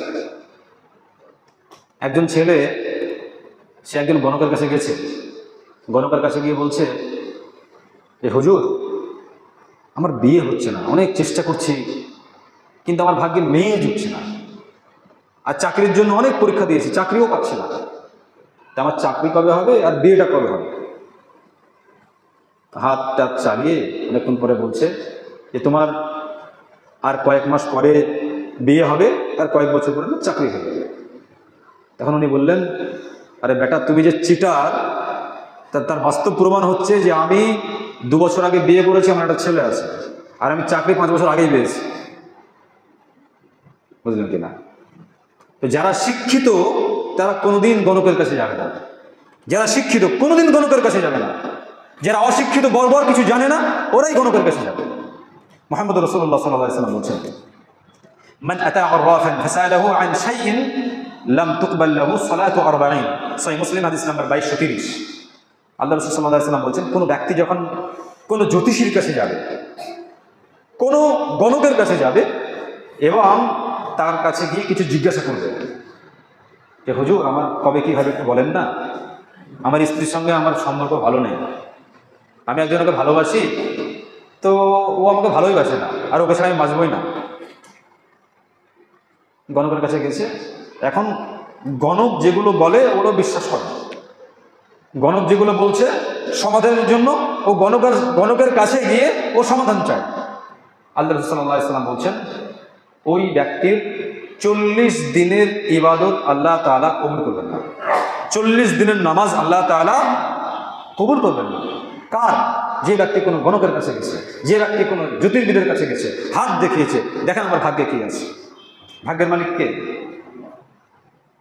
যদি কোনো ব্যক্তি জ্ঞানী হয় তাহলে ও সর্বপ্রথম কোনো গণকের কাছে গিয়ে বলবে যে আপনি মরবেন কবে, আপনার মরার ডেট, আপনার সময়, দিন, এগুলো একটু নির্ধারণ করুন, দিয়ে টানিয়ে দেন যে আমার এই দিন মরণ হবে এই সময়। ও তো নিজের খবর, নিজের ব্যাপারে দেখাবো, ও নিজেই তো জানে না। আর ওই বেয়াদব মানুষের ভাগ্য নির্ধারণ করে, আর যে যায় সে আর এক বেয়াদব, তার ভাগ্য জানতে যায়। আল্লাহ রাসূল সাল্লাল্লাহু আলাইহি ওয়াসাল্লাম বলছেন 40 দিনের নামাজ কবুল হবে না। সাবধান হন। অনেক মানুষ কোনো কিছু হলেই চলে যায় গণকের কাছে, এ কি হবে একটু দেখেন তো বিষয়টা। খুব সাবধানের ব্যাপারে। বর্তমান মুসলিম সোসাইটিতে এটা একটা আম বিষয় হয়ে গেছে।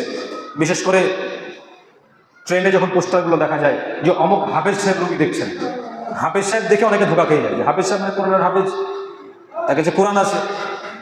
তো যারা কোরআন মুখস্থ করে এরকমভাবে গণকগিরি করে, ওই কোরআন নিয়েও জাহান্নামে যাবে, ওই কোরআন নিয়েও জাহান্নামে যাবে।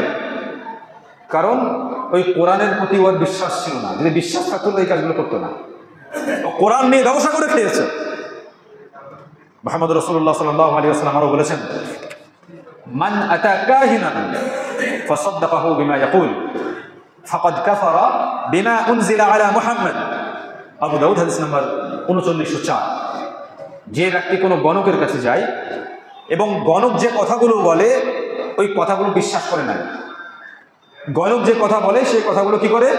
বিশ্বাস করে, তাহলে মুহাম্মদ সাল্লাল্লাহু আলাইহি ওয়াসাল্লামের উপরে যা নাজিল হয়েছে তার উপর সে কুফরি করে। কথাটা ভালো করে বুঝবেন। যে ব্যক্তি কোনো গণকের কাছে যায়, কোনো জ্যোতির্বিদের কাছে যায় এবং তার কাছে কিছু জিজ্ঞাসা করে, সে যা বলে সেগুলো বিশ্বাস করে, তাহলে ফাকাদ কাফারা বিমা উনজিলা আলা মুহাম্মদ, তাহলে মুহাম্মদ সাল্লাল্লাহু আলাইহি ওয়াসাল্লামের উপরে যে কোরআন নাজিল হয়েছে এই কোরআনের উপরে সে কুফরি করে। তো যারা কোরআনের উপরে কুফরি করে, কোরআনকে যারা অস্বীকার করে, তারাও কাফের, তারাও জাহান্নামে যাবে। অতএব খুব সাবধান থাকবেন, বর্তমান সময়ে গণকগিরি খুব চলছে, বিশেষ করে যারা যুবক যুবতী তারা এই ব্যাপারে খুব সাবধান এবং সতর্ক থাকবে। কারণ যুবক যুবতী যখন প্রেমে মজে যায়, প্রেম যেহেতু হারাম, মানে প্রেমে মজে যায় মানে এটা নয় যে প্রেম হালাল, প্রেমে যখন মজে যায় তখন মাথায় আর ঠিক থাকে না, ব্যালেন্স হারিয়ে ফেলে। এখন কিভাবে আমি পাবো ওকে, একে অপরকে কিভাবে পাবো, সেই জন্য গণকের কাছে যেতেও দ্বিধাবোধ করে না, গণকের কাছে গিয়ে সাহায্য চায় যে কিভাবে আমি ওই মেয়েটাকে পাবো, কি করতে হবে। কোনো তাবিজ কবুজ আছে, কোনো কিছু আছে যে ওর বাড়িতে গিয়ে আমি দিয়ে আসবো, পুঁতে আসবো বাড়ির সামনে, এমন কিছু আছে যে ওর মুখের দিকে ছিটিয়ে দেবো, দেবো আমার দিকেই ফিদা হয়ে থাকবে, অন্য কাউকে আর ভালোবাসবে না, আমার সঙ্গে বিয়ে হবে। এরকম ভাবে বিশেষ করে বর্তমান সময়ে অনেক যুবক যুবতী এরা এই গণক, এই কাহিনদের পাল্লাই পড়ে নিজের ঈমান আমল সমস্ত ধ্বংস করে ফেলছে। এ ব্যাপারে আমাদেরকে সতর্ক থাকতে হবে, আমাদের ছেলে মেয়েদেরকে এ ব্যাপারে সতর্ক করতে হবে। আমাদের সমাজে বেশ কিছু আরো শিরক আছে, তাবিজ ঝুলানো, তাগা লাগানো, জন্ডিসের মালা, তারপরে অষ্টাধাতুর আংটি, তামার বালা, এই জাতীয় জিনিসগুলো আমরা অনেক সময় রোগ নিরাময়ের জন্য পরে থাকি। এগুলো মনে হয় আপনাদের সমাজে নাই, তাই না? অষ্টাধাতুর আংটি, জন্ডিসের মালা, তাবিজ, এগুলো আছে আছে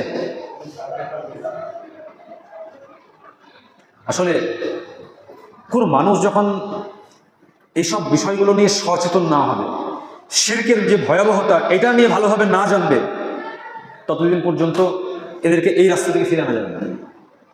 শিরকের যে কত ভয়াবহতা এটা যতক্ষণ পর্যন্ত একজন ব্যক্তি না জানবে, ততক্ষণ পর্যন্ত একজন ব্যক্তিকে শিরক থেকে তাওহীদের দিকে নিয়ে আসা যাবে না, সম্ভব না।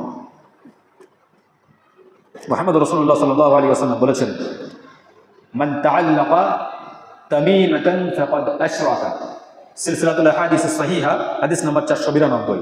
আল্লাহ রাসূল বলছেন, যে ব্যক্তি তাবিজ ঝুলালো, তাবিজ লটকালো, সেই ব্যক্তি কি করলো? শিরক করলো। যে ব্যক্তি তাবিজ লটকালো, তাবিজ ঝুলালো, এরা শিরক করলো। অনেকেই বলে যে তাবিজ যদি কোনো তন্ত্রমন্ত্র, গাছ বা অন্যান্য জিনিস ঢোকানো থাকে তাহলে সেই ক্ষেত্রে হারাম, কিন্তু যদি কোরআনের দোয়া, কোরআন থাকে তাহলে হারাম। অনেকে দলিল দেয়, দলিল দিয়ে তারা কোরআনের আয়াত বা কোরআনকে ভরে তারা তার শরীরে ধারণ করে। সালাফরা প্রত্যেকেই বলেছেন যে তাবিজ হচ্ছে হারাম, সেটা কোরআন দিয়ে হোক আর কোরআন ছাড়া অন্য কিছু দিয়ে হোক, তাবিজ ব্যবহার করা জায়েজ নয়। অতএব কোনো ব্যক্তি, কোনো মুসলিমের জন্য এটা বৈধ নয় যে সে তাবিজ ব্যবহার করবে। আরে আল্লাহ সাল্লাল্লাহু আলাইহি ওয়াসাল্লাম তো আমাদেরকে তো দোয়া শিখিয়ে দিয়েছেন, তাবিজ শিখিয়ে দিয়েছেন, তাবিজ শিখিয়ে দেননি? আপনারা জানেন মুহাম্মদ সাল্লাল্লাহু আলাইহি ওয়াসাল্লামকে জাদু করা হয়েছিল, যে জাদুর জন্য আল্লাহ সাল্লাল্লাহু আলাইহি ওয়াসাল্লাম অনেক ক্ষতিগ্রস্ত হয়েছিলেন, শরীর খারাপ হয়ে যাচ্ছিল, ভুলে যাচ্ছিলেন, অনেক কিছু সমস্যা সৃষ্টি হয়েছিল। আল্লাহ সাল্লাল্লাহু আলাইহি ওয়াসাল্লামকে জিবরিল এসে বললেন যে অমুক ব্যক্তি আপনাকে জাদু করেছে, সেই জাদুর জন্য এই অবস্থা, অমুক কূপে আছে। আল্লাহ সাল্লাল্লাহু আলাইহি ওয়াসাল্লাম সাহাবাদেরকে নিয়ে গেলেন, আর সেই জাদুতে 11টা গিট ছিল, আর আল্লাহ তাআলা দুটো সূরা নাযিল করেছিলেন, সূরা ফালাক, সূরা নাস, দুটো সূরাতে 11টা আয়াত আছে। আর আল্লাহ রাসূলকে জাদু করা হয়েছিল 11টা গিট দিয়ে।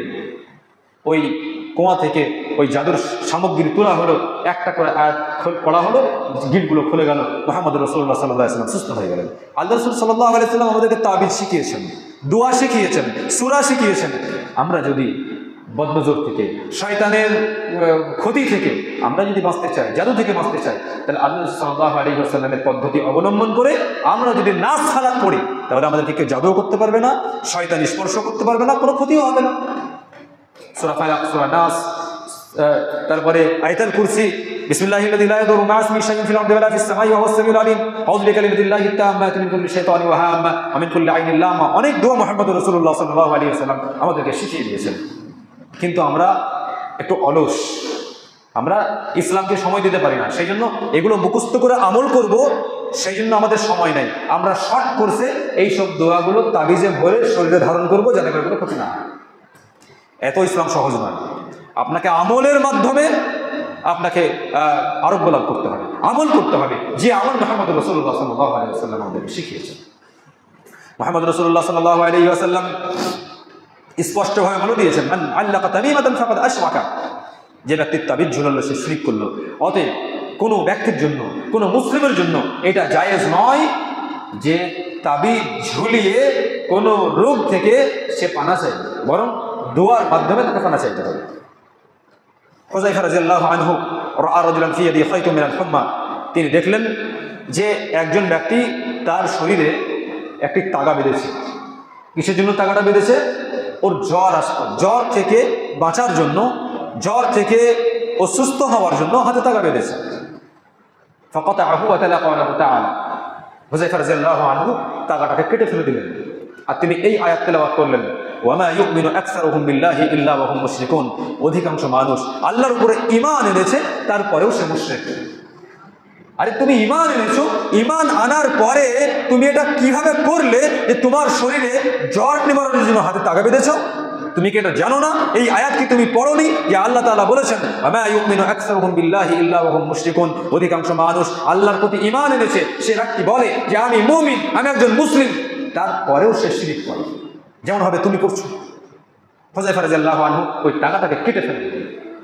অতএব আমাদের সোসাইটিতে, আমাদের সমাজে যত রকমের তাবিজ কবুজ আছে, এই তাবিজ কবুজ করা আমাদের জন্য ব্যবহার করা হারাম, কোনো রকমভাবে জায়েজ নয়। সম্পর্ক জুড়ে দেওয়ার জন্য কোনো তদবির করা এবং কোরআন এবং হাদিসের দোয়া ছাড়া অন্য কোনো তন্ত্র মন্ত্র দিয়ে ঝাড়ফুঁক করা শিরকের অন্তর্ভুক্ত। স্বামী স্ত্রী সম্পর্ক নেই, তা কোনো তদবির করে সম্পর্ক জুড়িয়ে দেবে, সম্পর্ক স্থাপন করে দেবে, এটা শিরক। আর কোরআন হাদিসের দোয়া বাদ দিয়ে কোনো তন্ত্র মন্ত্র দিয়ে ঝাড়ফুঁক করা, এটা শিরক। মুহাম্মদ রাসূলুল্লাহ সাল্লাল্লাহু আলাইহি ওয়াসাল্লাম বলেছেন, ইন্নার রুকা ওয়াত তামাইমা ওয়াত তাওয়ালাদা শিরকুন, নিশ্চয় ইন্নার রুকা ঝাড়ফুঁক, ওয়াত তামাইমা তাবিজ কবুজ, ওয়াত তাওয়ালাদা শিরকুন, আর স্বামী স্ত্রীর মধ্যে সম্পর্ক জুড়ে দেওয়ার জন্য যে তদবির গ্রহণ করা হয়, এইগুলো হচ্ছে শিরকের অন্তর্ভুক্ত। আবু দাউদের 3883 নম্বর হাদিস। এই হাদিসে তিনটে কথা বলা হয়েছে। প্রথমে বলা হয়েছে যে ঝাড়ফুঁক হচ্ছে শিরকের অন্তর্ভুক্ত। কোন ঝাড়ফুঁক? কারণ আল্লাহ রাসূল সাল্লাল্লাহু আলাইহি ওয়াসাল্লাম তো হাসান এবং হুসাইনকে ঝাড়ফুঁক করেছেন। এখানে আল্লাহ রাসূল সাল্লাল্লাহু আলাইহি ওয়াসাল্লাম যে ঝাড়ফুঁকের কথা বলেছেন সেটা হচ্ছে কোরআন এবং হাদিসের দোয়া বাদ দিয়ে কোনো তন্ত্র মন্ত্র দিয়ে ঝাড়ফুঁক করা, এটা হচ্ছে শিরকের অন্তর্ভুক্ত। আর যাবতীয় তাবিজ কবুজ আছে শিরকের অন্তর্ভুক্ত। স্বামী স্ত্রীর মধ্যে ভালোবাসা নেই, একে অপরকে ভালোবাসে না, তো দুইজনের সম্পর্ক জুড়ে দেওয়ার জন্য কোনো তদবির গ্রহণ করা।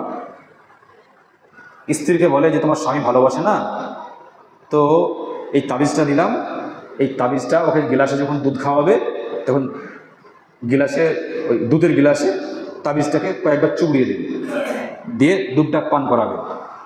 আর যে গাছটা দিলাম এই গাছটা বালিশের তলেও ঢুকিয়ে দেবে, দেখবে আস্তে আস্তে অন্য কোনো দিকে মন থাকবে না, তোমাকে ভালোবাসবে। এরকম হয় না? এখানে হয় না মনে হয়।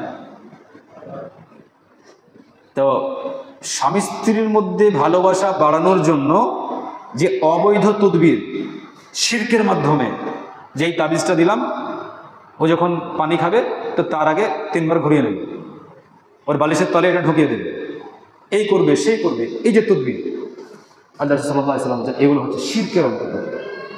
আরে স্বামী স্ত্রীর মধ্যে ভালোবাসা নেই, ভালোবাসা না থাকলে পৃথিবীর কোনো শক্তি আছে ভালোবাসা তৈরি করে দিতে পারে?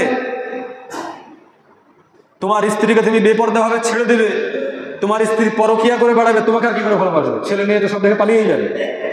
তোমার স্ত্রীকে তুমি বন্ধন লোনের জন্য তুমি আগিয়ে দিয়েছো, ও পরপুরুষের সঙ্গে কথা বলে, ও পরপুরুষের সঙ্গে কথা বলতে বলতে সুযোগ খুঁজে যে কখন সুযোগ আসবে ওই অফিসারের সঙ্গে আমি পালিয়ে যাবো। তো তুমি তো সুযোগ করে দিয়েছো, তোমার স্ত্রী তোমাকে কীভাবে ভালোবাসবে? তোমার স্ত্রী যখন তোমাকে ভালোবাসে না তখন তুমি বলছো যে কবিরাজ স্যার আমার 2-3টে ছেলে আর আমার স্ত্রী আমাকে ভালোবাসে না, আমার স্ত্রী অন্যদিকে মন দিয়েছে, তো একটু কিছু ব্যবস্থা করে দেন আমার স্ত্রী যেন অন্যদিকে মন না দেয়। তা ভুল তো তুমি করেছো, ওই তাবিজে ঠেকাতে পারবে? প্রথমত তাবিজ করা শিরক, আর দ্বিতীয়ত ওই তাবিজে কোনো ঠেকাঠেকি কিছু করতে পারবে না, কোনো কিছুই হবে না। তোমার স্ত্রী যে টার্গেট নিয়েছে ওই টার্গেটই করবে, ও টার্গেটও পূরণ করবে, তুমি তোমার স্ত্রীকে বন্ধন লোনের জন্য পাঠিয়ে দেবে, অফিসারের সঙ্গে কথা বলবে, তোমার স্ত্রী বেপরদাভাবে রাস্তায় ঘোরাফেরা করবে, তোমার স্ত্রী বাজারে হাটে মাঠে ঘাটে যেখানে তোমার যাওয়া দরকার ছিল তুমি না গিয়ে তোমার স্ত্রীকে পাঠাবে, তা তোমার স্ত্রীর তুমি কারোর সঙ্গে ভালোবাসা পরবর্তী কখনই পালিয়ে যাবে? এটা স্বাভাবিক। তখন তুমি তদবির করে এই তাবিজ কবুজ করে এই জ্যোতিষীর কাছে গিয়ে তখন তুমি কি করবে? তোমার স্ত্রী পালিয়ে গেছে, কোনো খোঁজ খবর নেই, তখন তুমি জ্যোতিষীর কাছে গিয়ে বলো যে আমার ছেলে দুটো কেঁদে মরে গেল, একটু বলেন না কোথায় আছে। তখন চিটাররা বলে যে আছে এক জায়গায়, খুঁজে বের করতে হবে, হ্যাঁ এখন সমস্যা আছে, এখন বলা যাবে না, হ্যাঁ এত টাকা পয়সা লাগবে, আমাদের গুরু বলেছেন এত টাকা লাগবে, দেখছি তারপরে কোথায় আছে। চলে গেছে অনেক দূরে, এই স্টেটে নাই, চলে গেছে উড়িষ্যা, চলে গেছে বিহার, ঝাড়খণ্ড চলে গেছে, দিল্লি চলে গেছে। তো এরকমভাবে মানুষকে টুপি পরিয়ে এইসব গণকরা টাকা খায়, আর এইসব ব্যক্তিরা এরা কিছু বোঝে না। প্রথম থেকেই ইসলাম বিরোধী কার্যকলাপ করেছে, স্ত্রীর সঙ্গে ভালো ব্যবহার করেনি, স্ত্রীকে বেপরদাভাবে ছেড়ে দিয়েছে, বন্ধন লোনে পাঠিয়েছে, বিভিন্ন অন ইসলামিক জায়গায় পাঠিয়েছে, বিভিন্ন রাজনীতির দলে পাঠিয়েছে। মেয়েরা আজকাল তো রাজনীতির যেসব ইয়েগুলো হয়, সম্মেলনগুলো হয়, যেসব সভাগুলো হয়, সামনে দেখবেন যে 70% মেয়ে বসে থাকে, মেয়েদেরকে নিয়ে রাজনীতি, এখন সব মেয়েরা ওখানে যে বসে থাকছে। অনেক সময় দেখা যায় যে কিছু কিছু মেয়ে যদি সুন্দরী হয় তাহলে অনেক নেতা আবার টেনে নেয়, আর স্বামীর ঘর ওখানে সংসার করে কী করবে, কুড়ো ঘর, চল বাড়ি করে দেবে, কড়া বাড়ি দরকার তো, ও জানতেও দেয় না কোনো জায়গায় বাড়ি বাড়ি করে দেয়, অনেক এরকম ঘটনা আছে। তো ঘটনা হচ্ছে আপনি যখন আপনার স্ত্রীকে ইসলামিক রাস্তায় চলাতে পারবেন না, ইসলাম বিরোধী কার্যকলাপ করবেন, আর স্ত্রী যখন পালিয়ে যাবে তখন আপনি আপনার স্ত্রীকে ফিরে পাওয়ার জন্য আপনি তদবির গ্রহণ করছেন। তো এই তদবিরগুলো হচ্ছে শিরক, এই তদবির শিরক, এগুলো হারাম।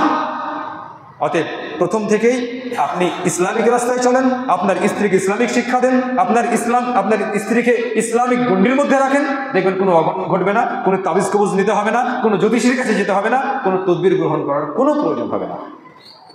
সেই জন্য মুহাম্মদ রাসূলুল্লাহ সাল্লাল্লাহু আলাইহি ওয়াসাল্লাম বলেছেন, ইন্নার রুকা ওয়াত তামাইমা ওয়াত তিওয়ালাতা শিরকুন, নিশ্চয় ঝাড়ফুঁক, কোরআন এবং হাদিসের দোয়া বাদ দিয়ে কোনো তন্ত্র মন্ত্র দিয়ে ঝাড়ফুঁক করা, এগুলো হচ্ছে শিরক। ওয়াত তামাইমা, যাবতীয় তাবিজ কবুজ, সেটা কোরআনের হোক আর কোরআন ছাড়া অন্য কিছু দিয়ে হোক, এগুলো হারাম, এগুলো হচ্ছে শিরক। আর ওয়াত তিওয়ালাতা শিরকুন, স্বামী স্ত্রীর মধ্যে ভালোবাসা বাড়িয়ে দেওয়ার জন্য যে তদবির গ্রহণ করা হয়, এগুলো সবই শিরকের অন্তর্ভুক্ত, এগুলো হারাম। আশা করি বিষয়গুলো বুঝতে পেরেছেন। আমাদের সমাজে আরও শিরক আছে, সেগুলো হচ্ছে আল্লাহ ছাড়া অন্য কারো নামে কিছু উৎসর্গ করা, আল্লাহ ছাড়া অন্য কারো কাছে কোনো জিনিস উৎসর্গ করা, এগুলো হচ্ছে শিরকের অন্তর্ভুক্ত। আমি বছর 3 আগে খুব আশ্চর্য হয়েছি, 5 গ্রাম এলাকা, নাম শুনেছেন 5 গ্রাম? ওখানে একটা বিল আছে, বসিয়া বিল আছে, ওখানে একটা মন্দির আছে, ওটাকে বলা হয় মা বসিয়া বিল, মা বসিয়া। তো যাদের ছেলে হয় না, যারা কোনো অশান্তির মধ্যে আছে, যাদের রোগ ভালো হয় না, তারা সম্ভবত জানুয়ারি মাসে একটা নির্দিষ্ট দিনে লাইন দিয়ে শয়ে বেশিরভাগই মেয়ে লাইন দিয়ে ওইখানে পুজো দিতে যায়। আমি জানতে পারলাম যে যারা ওখানে পুজো দিতে যায়, এই যে মুরগি নিয়ে যাচ্ছে, অনেক কিছু নিয়ে যাচ্ছে উৎসর্গ করার জন্য, ডাব নিয়ে যাচ্ছে, তো এদের 70% হচ্ছে মুসলমান, মাজার পূজারী মুসলমান। ওরা ওখানে গিয়ে ওদের কামনা বাসনা পূরণ হবে এই বিশ্বাস নিয়ে ওই মন্দিরে গিয়ে ওরা উৎসর্গ করে। কোনো ব্যক্তি যদি এই বিশ্বাস রেখে ওইখানে গিয়ে কোনো কিছু উৎসর্গ করে, তাহলে ও সঙ্গে সঙ্গে মুশরিক হয়ে যাবে, ইসলাম থেকে খারিজ হয়ে যাবে, এতে কোনো সন্দেহ নেই। এবং ওকে আবার নতুন করে কালেমান নবায়ন করতে হবে, নতুন করে আবার লা ইলাহা ইল্লাল্লাহ পাঠ করতে হবে, আশহাদু আল্লা ইলাহা ইল্লাল্লাহ ওয়া আশহাদু আন্না মুহাম্মাদান আবদুহু ওয়া রাসূলুহু পাঠ করতে হবে। বড় আফসোস লাগে বর্তমান সময়ে আমাদের মুসলিম সোসাইটি কোন জায়গায় পৌঁছচ্ছে, যে নিজের কামনা বাসনা এগুলো পূরণ করার জন্য এরা চলে যায় মাজারে, এরা চলে যায় মন্দিরে, এরা চলে যায় বিভিন্ন জায়গায়, আর সেখানে গিয়ে তারা মানত মানে কিসের জন্য? তার আশা আকাঙ্ক্ষা পূরণ হবে। এটা বড় আশ্চর্য লাগে। সেই জন্য জওহরলাল নেহেরু তিনি আফসোস করে বলেছিলেন যে হিন্দু মুসলমানদের মধ্যে সেরকম কোনো পার্থক্য দেখি না।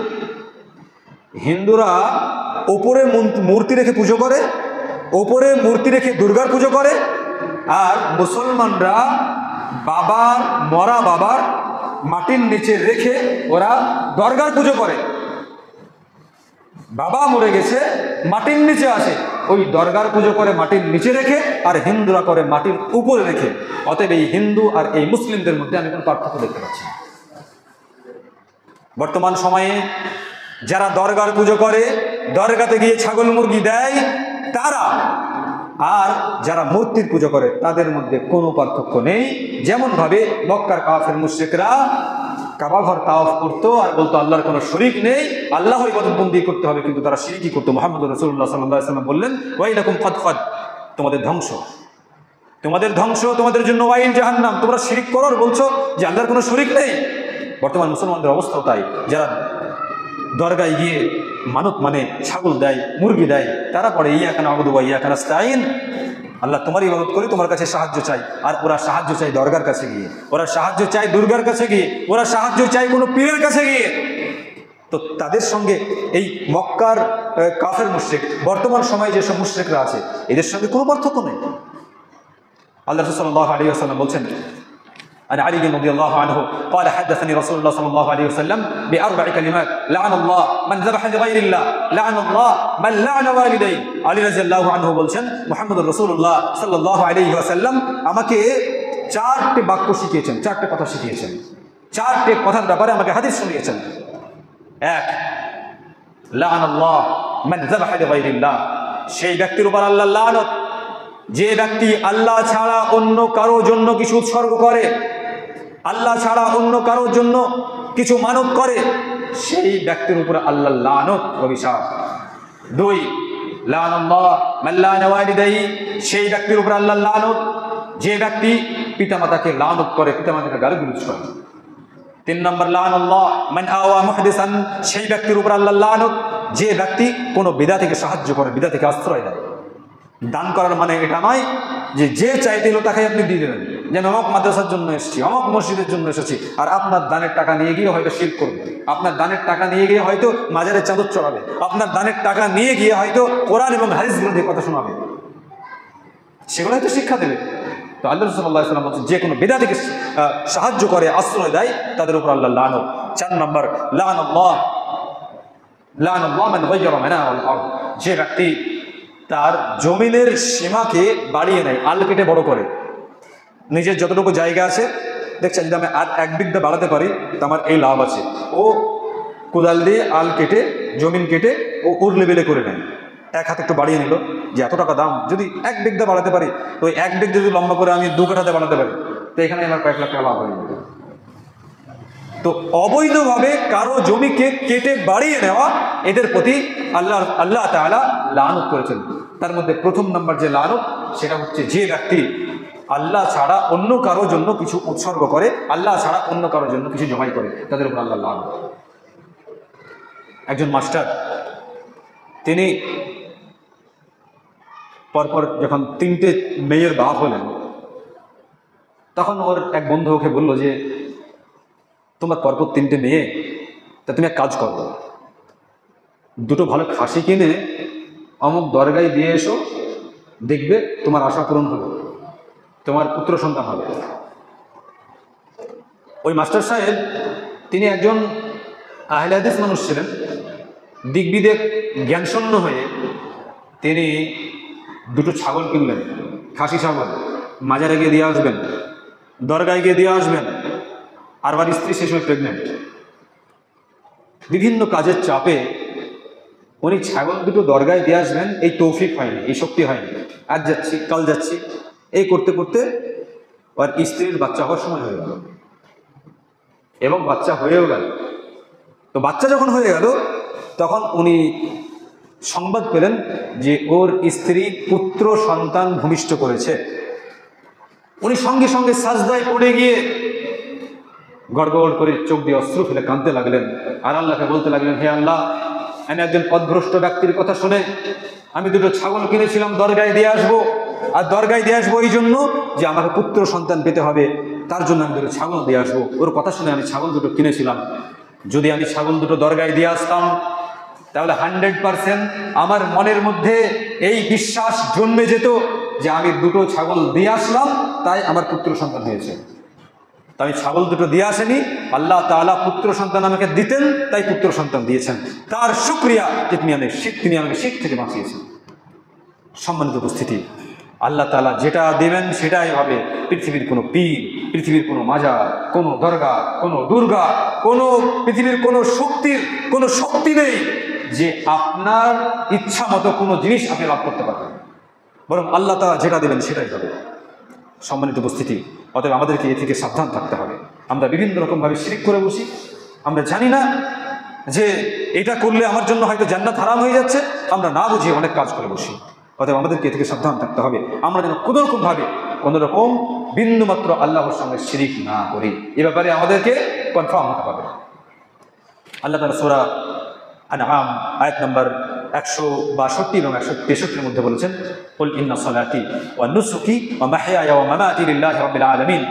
হে নবী, তুমি বলে দাও, ইন্না সলাতি, নিশ্চয় আমার নামাজ, ওয়া নুসুকি আমার কুরবানি, ওয়া মাহইয়ায়া আমার বেঁচে থাকা, ওয়া মামাতি আমার মরে যাওয়া, লিল্লাহি রাব্বিল আলামিন সমস্ত কিছু বিশ্বজগতের পরিচালক মহান রব্বুল আলামিনের জন্য, যার কোনো শরীক নেই। আমি যতদিন দুনিয়াতে বেঁচে আছি শুধুমাত্র আল্লাহ তাআলার জন্যই বেঁচে আছি। যখন মরে যাব আল্লাহ তাআলার জন্যই মরে যাব। আমি নামাজ পড়ছি আল্লাহর জন্য, আমি কোরবানি করছি আল্লাহর জন্য, যে আল্লাহর কোনো শরীক নেই। আমি দুনিয়াতে বেঁচে আছি, আমি অনেক কষ্ট পাচ্ছি, কোনো সমস্যা হয়েছে, কেউ এসে আমাকে বলছে যে তুমি একটা তাবিজ ব্যবহার করো, দেখবে তোমার যে রোগ সেটা ঠিক হয়ে যাবে। তুমি অমুক জায়গায় গিয়ে, অমুক মাজারে গিয়ে একটা ছাগল মুরগি দিয়ে এসো, দেখবে তুমি ঠিক হয়ে যাবে। তো আমি তো দুনিয়াতে বেঁচে আছি আল্লাহর জন্য, তো আমি কেন তাবিজ গ্রহণ করব? কেন আমি মাজারে গিয়ে ছাগল মুরগি দিয়ে আসবো? যতদিন বেঁচে আছি আল্লাহর জন্য, আল্লাহর কাছেই সাহায্য চাইবো। তাবিজ কবিজের কোনো ক্ষমতা নেই, মুরগি হাঁসের কোনো ক্ষমতা নেই যে ওই মুরগি হাঁস আমি মাজারে দিয়ে আসবো, আর মাজারে দিয়ে আসার পরে আমি রোগ থেকে পুরোপুরিভাবে মুক্ত হয়ে যাব। আমি যতদিন বেঁচে আছি আল্লাহর জন্যই বেঁচে আছি, আমি তাওহীদের উপরে বেঁচে আছি। যতদিন বেঁচে থাকবো তাওহীদ বুকে করে বেঁচে থাকবো, কোনোদিন আল্লাহর সঙ্গে শিরক করবো না। যখন মরে যাব তখন লা ইলাহা ইল্লাল্লাহ পাঠ করে মরে যাব, যে আল্লাহ ছাড়া কোনো মাবুদ নেই, আল্লাহ তাআলার কোনো শরীক নেই, আল্লাহ তাআলা এক, এই কথা বিশ্বাস করে আমি দুনিয়া থেকে মরে যাব। আমি নামাজ পড়বো আল্লাহর জন্য, মানুষকে দেখানোর জন্য নয়। আমি কোরবানি করবো আল্লাহ তাআলার সন্তুষ্টির জন্য, যে মানুষকে দেখানোর জন্য আমি কোরবানি করছি না, আল্লাহ তাআলার সন্তুষ্টির জন্যই আমি কোরবানি করছি। যখন এই বিষয়গুলো আপনি কনফার্ম করতে পারবেন যে আমার নামাজ, আমার কোরবানি, আমার বেঁচে থাকা, আমার মরে যাওয়া সমস্ত কিছু আল্লাহর জন্য, এখানে আমি বিন্দুমাত্র কাউকে শিরক করবো না, কাউকে এখানে বসাবো না, কাউকে দেখানোর জন্য নয়, শুধুমাত্র আল্লাহর জন্য, যে আল্লাহর কোনো শরীক নেই, আপনি তাওহীদপন্থী হতে পারবেন। আশা করা যায় আপনি জান্নাত অ্যাচিভ করতে পারবেন, জাহান্নাম থেকে বাঁচতে পারবেন। আমরা এতক্ষণ ধরে শিরকের অনেক কিছু কথা শুনলাম। আমি শিরক নিয়ে যে আলোচনা করব ভেবেছি, এখনো যতটা সময় দিয়েছি, যদি নর্মালভাবে বলি তাহলে এর থেকে আরও বেশি সময় দিতে হবে। আমি শিরকের জাস্ট ভয়াবহতা নিয়ে কয়েকটা কথা বলি। তারপরে আমার কাছে যে কাগজটা এসেছে, এই কাগজে শিরকের অনেক কথা লিপিবদ্ধ রয়েছে। একজন দিনী ভাই তিনি লিখে দিয়েছেন যে এইসবগুলো আমাদের সমাজে আছে, এইসব শিরকগুলো চলে। তো এই ব্যাপারে সচেতন করার জন্য উনি আমাকে লিখিতভাবে দিয়েছেন। এগুলো প্রত্যেকটা পড়ে আপনাদেরকে শোনাবো ইনশাআল্লাহ। আগে শুনিয়ে দিই,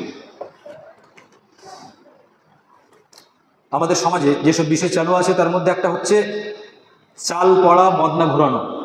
কেউ চুরি করেছে তো চাল পড়া খাওয়ানো, বদনা ঘোরানো, এগুলো শিরকের অন্তর্ভুক্ত। রাত্রেও সকালে টাকা ধার দিতে হয় না। সকাল এখন রাত, এখন টাকা ধার দেওয়া যাবে না। তার মানে সকাল এবং রাতের প্রতি আপনার একটা ওইরকম বিশ্বাস আছে যে এখন সকাল, এখন রাত, এই সময় টাকা ধার দিলে কোনো সমস্যা হয়। সমস্যা কোনো কিছু করলে আল্লাহ করবেন, সকাল এবং রাতের কোনো এরকম শক্তি আছে যে সকাল এবং রাত আপনার কোনো সমস্যা তৈরি করে দেবে? এই ধরনের ধারণা রাখা শিরকের অন্তর্ভুক্ত। বিশেষ দিনে বাঁশ না কাটা, আজকে রবিবার বাঁশ কাটতে হয় না, আজকে অমুক দিন বাঁশ কাটতে হয় না, আজকে অমাবস্যা বাঁশ কাটা যাবে না, এগুলো শিরকের অন্তর্ভুক্ত। তার মানে আপনি সেই দিন, সেই বার, বিশেষ কোনো দিনকে আপনি মানছেন যে এই দিনের এই ক্ষমতা আছে, সেই জন্য বাঁশ যদি কাটি আমার এই ক্ষতি করে দেবে। তার মানে আপনি আল্লাহ তাআলা ছাড়া অন্য কারো কোনো পাওয়ার আছে এই বিশ্বাসী। বাচ্চার কপালে টিপ দেওয়া, মানে বাচ্চার কপালে টিপ দেওয়া বাঁকা করে, তাই না? এইখানে টিপ দেয়, আর বাচ্চা যখন ঝাড়তে নিয়ে আসে তখন হাতে একটা লোহার কিছু থাকে, তা আমি কয়েকজনকে প্রশ্ন করলাম, আচ্ছা হাতে আপনার লোহার মতো ওটা কেন? তো সবাই বলে যে রাস্তায় বের হলে লোহার কিছু একটা রাখতে হয়, হ্যাঁ, না হলে জিনে ধরে নেবে। দেখেছি এই যে বিশ্বাস যে লোহা আমার হাতে থাকলে জিনে ধরবে না, কেউ ক্ষতি করবে না, আর কপালে যদি বাঁকা জায়গায় টিপ দেওয়া হয় বাঁকা করে কোণে, তাহলে কারো চোখ লাগবে না। এগুলো হচ্ছে শিরকের অন্তর্ভুক্ত, এগুলো অমুসলিমদের কাছ থেকে এসেছে, আর সেসবগুলো মুসলিম সমাজে আজ প্রবেশ হয়ে গেছে। সূর্য ওঠার আগে ঝাড়ু দেওয়া, মানে সূর্য উঠে গেলে ঝাড়ুতে হাত দিতে হয় না, সূর্য ওঠার আগেই যা করার করে ফেলতে হবে, এগুলো শিরকের অন্তর্ভুক্ত, এগুলো অমুসলিমদের কাছ থেকে এসেছে। অমুক ডাক্তার বা ওষুধ না খেলে, মানে অমুক ডাক্তার না দেখালে মারা যেত, বা অমুক ডাক্তার ভালো করে দিল, অমুক ওষুধ খাচ্ছি সেই জন্য আমি বেঁচে আছি, ওই ওষুধ আমাকে বাঁচিয়ে রেখেছে, এগুলো সব শিরকের অন্তর্ভুক্ত। কোনো কিছুর ক্ষমতা নেই যে আল্লাহর ইশারা ছাড়া কেউ বেঁচে থাকে। আল্লাহ তাআলা যখন আদেশ করবেন তখন সঙ্গে সঙ্গে সেই ব্যক্তি মারা যাবে। অতএব কোনো ডাক্তারের কোনো ক্ষমতা নেই যে সেই ডাক্তার আপনাকে রক্ষা করবে, বাঁচাবে। তবে আমরা যখন কোনো ট্রিটমেন্ট নেব তখন অভিজ্ঞ ডাক্তারের সঙ্গে নেব, এটা স্বাভাবিক বিষয়। আমি অভিজ্ঞ ডাক্তারের ট্রিটমেন্ট নেব, সুস্থ করবেন আল্লাহ। আমি দামি ওষুধ খাবো কিন্তু সুস্থ করবেন আল্লাহ। দামি ওষুধের কোনো ক্ষমতা নেই, ভালো ডাক্তারের কোনো ক্ষমতা নেই। যদি আমি মনে করি যে ভালো ওষুধের ক্ষমতা আছে, ভালো ওষুধ আমাকে বাঁচিয়ে রেখেছে, ভালো ডাক্তার আমাকে ট্রিটমেন্ট দেয়, তাই আমি বেঁচে আছি, তাহলে আপনি শিরক করছেন। ড্রাইভার ভালো, গাড়ি ভালো, তাই অ্যাক্সিডেন্ট হলো না, তার মানে আপনি ড্রাইভার বা গাড়ির প্রতি আপনি ভরসা রেখেছেন যে ড্রাইভারও কিছু করতে পারে, গাড়িও কিছু করতে পারে, শিরকের অন্তর্ভুক্ত। যদি আল্লাহ তাআলা কাউকে নেন, যদি আল্লাহ তাআলার ইঙ্গিত থাকে, তো যে কোনো জায়গায় আল্লাহ তাআলা নিয়ে নেবেন। একটা ঘটনা, বাস, দূরপাল্লার বাস ছিল, সম্ভবত এটা ফরেন কান্ট্রির হবে। তো বাসটা চলতে চলতে হঠাৎ করে এক জায়গায় থামলো, থেমে দীর্ঘক্ষণ দাঁড়িয়ে আছে। লোকে গিয়ে ড্রাইভারকে তোলাচ্ছে যে আরে গাড়ি চালান, বসে আছেন কেন আপনি? নাড়াচাড়া করে দেখুন ড্রাইভার মারা গেছে। তাহলে বাসে যদি বড় বাস হয় তাহলে 60-70টা প্যাসেঞ্জার আছে, তাহলে 60-70টা প্যাসেঞ্জারের মৃত্যু নেই, মৃত্যু আছে ড্রাইভারের। সেই জন্য আল্লাহ তাআলা ওকে দাঁড় করিয়েছেন, আর যার মৃত্যু আছে সে দুনিয়া থেকে চলে গেছে। একজন ড্রাইভার একটা বাসে মা বেটা উঠেছে, বাচ্চা কোলে করে নিয়ে আসে। বাচ্চাটা এখন পায়খানা করবো বলে কাঁদন ধরিয়েছে। ওর মা বাচ্চাটাকে দু একবার মারলো, যার কয়েকটা স্টপেজ পরে নেমে যাব, একটু থেমে যা। ছেলেটা আসলে পায়খানা লেগেছে, বাথরুম পেয়েছে, ও কান্না থামায় না। কন্ট্রাক্টর ওকে মাঝ রাস্তায় নামিয়ে দেয়। পরের বাস ধরে যাচ্ছে, এদিকে কাজ সেরে পায়খানা বাথরুম সব কিছু কমপ্লিট করে যখন ওই বাচ্চা নিয়ে যাচ্ছে, তখন দেখছে ওই বাসটা একটা নয়নজলিতে পুরোপুরিভাবে পড়ে আছে, আর যারা ছিল বেশিরভাগ সব মারা গেছে। তার মানে এদেরকে আল্লাহ তাআলা কোনো ক্ষতি করবেন না, ক্ষতি এদেরকে স্পর্শ করবে না। তাই আল্লাহ তাআলা সেই সময় ওই বাচ্চার ভিতরে পায়খানার বেগ চলে আসলো, আল্লাহ তাআলা তাদেরকে রক্ষা করলেন এরকমভাবে। যার মৃত্যু আছে তার মৃত্যু সেখানেই হবে। মুহাম্মদ রাসূলুল্লাহ সাল্লাল্লাহু আলাইহি ওয়াসাল্লাম বলেছেন, ইদা আরাদাল্লাহ কবদা আবদিন বিআরদিন জাআলা লাহু ফিহা হাজা। যখন আল্লাহ তাআলা ইচ্ছা করেন যে কোনো বান্দাকে আল্লাহ তাআলা জমিনের কোনো জায়গায় মৃত্যু ঘটাবেন, তা কোনো রকমভাবে সেখানে নিয়ে যাবেন, আর সেখানে তার মৃত্যু হবে। কোনো কাজে চলে যাবে আর সেখানে সে মৃত্যু হবে।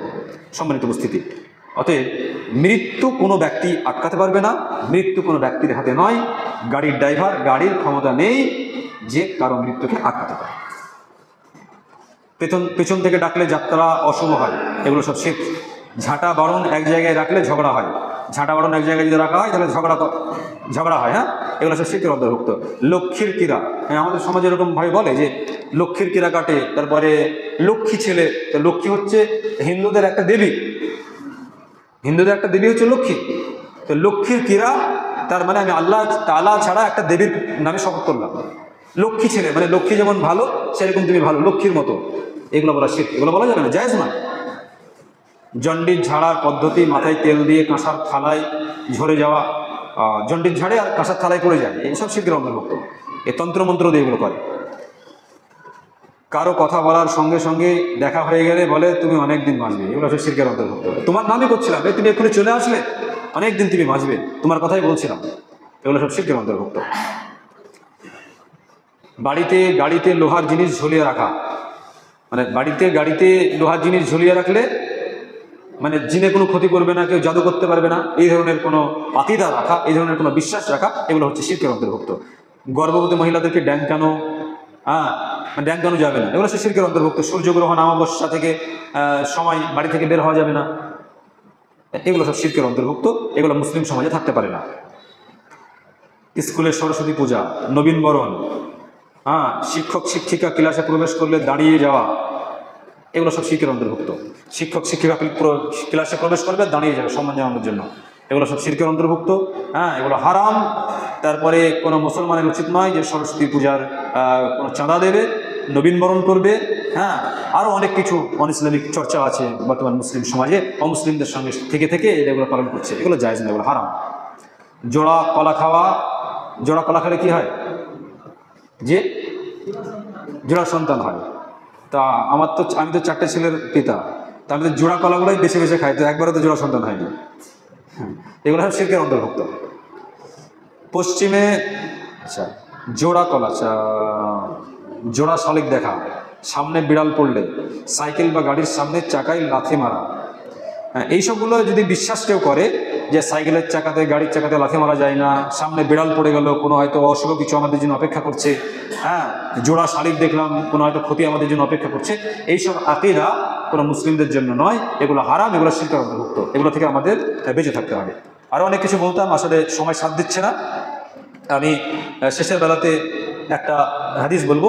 মুহাম্মদ রাসূলুল্লাহ সাল্লাল্লাহু আলাইহি ওয়াসাল্লাম বলেছেন, আন আনাস ইবনে মালিক قال سمعت رسول الله صلى الله عليه وسلم يقول قال الله تبارك وتعالى يا ابن آدم إنك لو أتيتني بقراب الأرض خطايا ثم لقيتني لا تشرك بي شيئا لأتيتك بقرابها مغفرة। আনাস রাদিয়াল্লাহু আনহু বলেন, আমি রাসূলুল্লাহ সাল্লাল্লাহু আলাইহি ওয়াসাল্লামকে বলতে শুনেছি, আল্লাহ তাআলা বলেন, অর্থাৎ হাদিসে কুদসি, আল্লাহ তাআলা কি বলেন? হে আদম সন্তান, আমার নিকট যদি পৃথিবী ভর্তি পাপ নিয়ে আসো, অনেক পাপ করেছো, আর সেই পাপ নিয়ে আমার সঙ্গে সাক্ষাৎ করেছো, কিন্তু আমার সঙ্গে শিরক করোনি, তো আমি যদি চাই তাহলে পৃথিবী ভর্তি পাপ সমূহ ক্ষমা করে দেবো। সুবহানাল্লাহ। অর্থাৎ আমরা যদি অনেক ছোটোখাটো পাপ করেছি, আর পাপ তো বান্দারা করে, আমি বক্তব্য দিচ্ছি আমি কি পাপ করি না? আমিও পাপ করি, আমার দ্বারা তো পাপ হয়ে যায়। একজন পরেশগার মানুষ, তাহাজ্জুদ গুজার মানুষ, তার দ্বারা তো পাপ হয়ে যাবে। কোনো মানুষ পাপ থেকে মুক্ত নয়, কোনো না কোনো মানুষ কোনো রকমভাবে পাপ করছে। একজন খুব ভালো মানুষ, কিন্তু বসে থাকতে থাকতে হঠাৎ করে কারো বদনাম করে বসলো, তো গীবত করে বসলো, পাপ করে বসলো। তো মানুষ জানতে অজান্তে অনেক ধরনের পাপ করে বসে। তো আল্লাহ রাসূল বলছেন যে কিয়ামতের দিনে কোনো ব্যক্তি যদি শিরিক মুক্ত অবস্থায় আল্লাহর সঙ্গে সাক্ষাৎ করে, আর অনেক গুনাহ নিয়ে গেছে কিন্তু শিরিক নাই, তাহলে আল্লাহ তাআলা ওই জমিন ভর্তি পাপসমূহ ক্ষমা করে দেবেন। সুবহানাল্লাহ। অতএব আমাদেরকে শিরিক থেকে বেঁচে থাকতে হবে। আমাদেরকে এটা ভাবতে হবে যে আমরা আল্লাহর বান্দা, শুধুমাত্র আল্লাহর ইবাদত বন্দেগী করব, আল্লাহ ছাড়া অন্য কারো কাছে কোনো মাথা নত করব না। যত রকমের শিরক আছে সমস্ত শিরককে লাথি মেরে খান খান করে দেব। শিরককে সবসময় অপবিত্র এটাই মনে করব এবং তাওহীদকে গ্রহণ করব। আশা করা যায় আমরা দুনিয়াবী জীবন এবং আখিরাতের জীবনে সাকসেস হতে পারবো। আল্লাহ তাআলা আমাদের সবাইকে শিরক মুক্ত জীবনযাপন করার তৌফিক দান করেন, আমিন। আল্লাহ তাআলা আমাদের সবাইকে তাওহীদের উপরে, একত্ববাদের উপরে অটল থাকার তৌফিক দান করেন, আমিন। আকুলু কওলি হাদা আস্তাগফিরুল্লাহ লি ওয়া লাকুম ওয়া লিসাইরিল মুসলিমিন। আসসালামু আলাইকুম ওয়া রাহমাতুল্লাহি ওয়া বারাকাতুহু।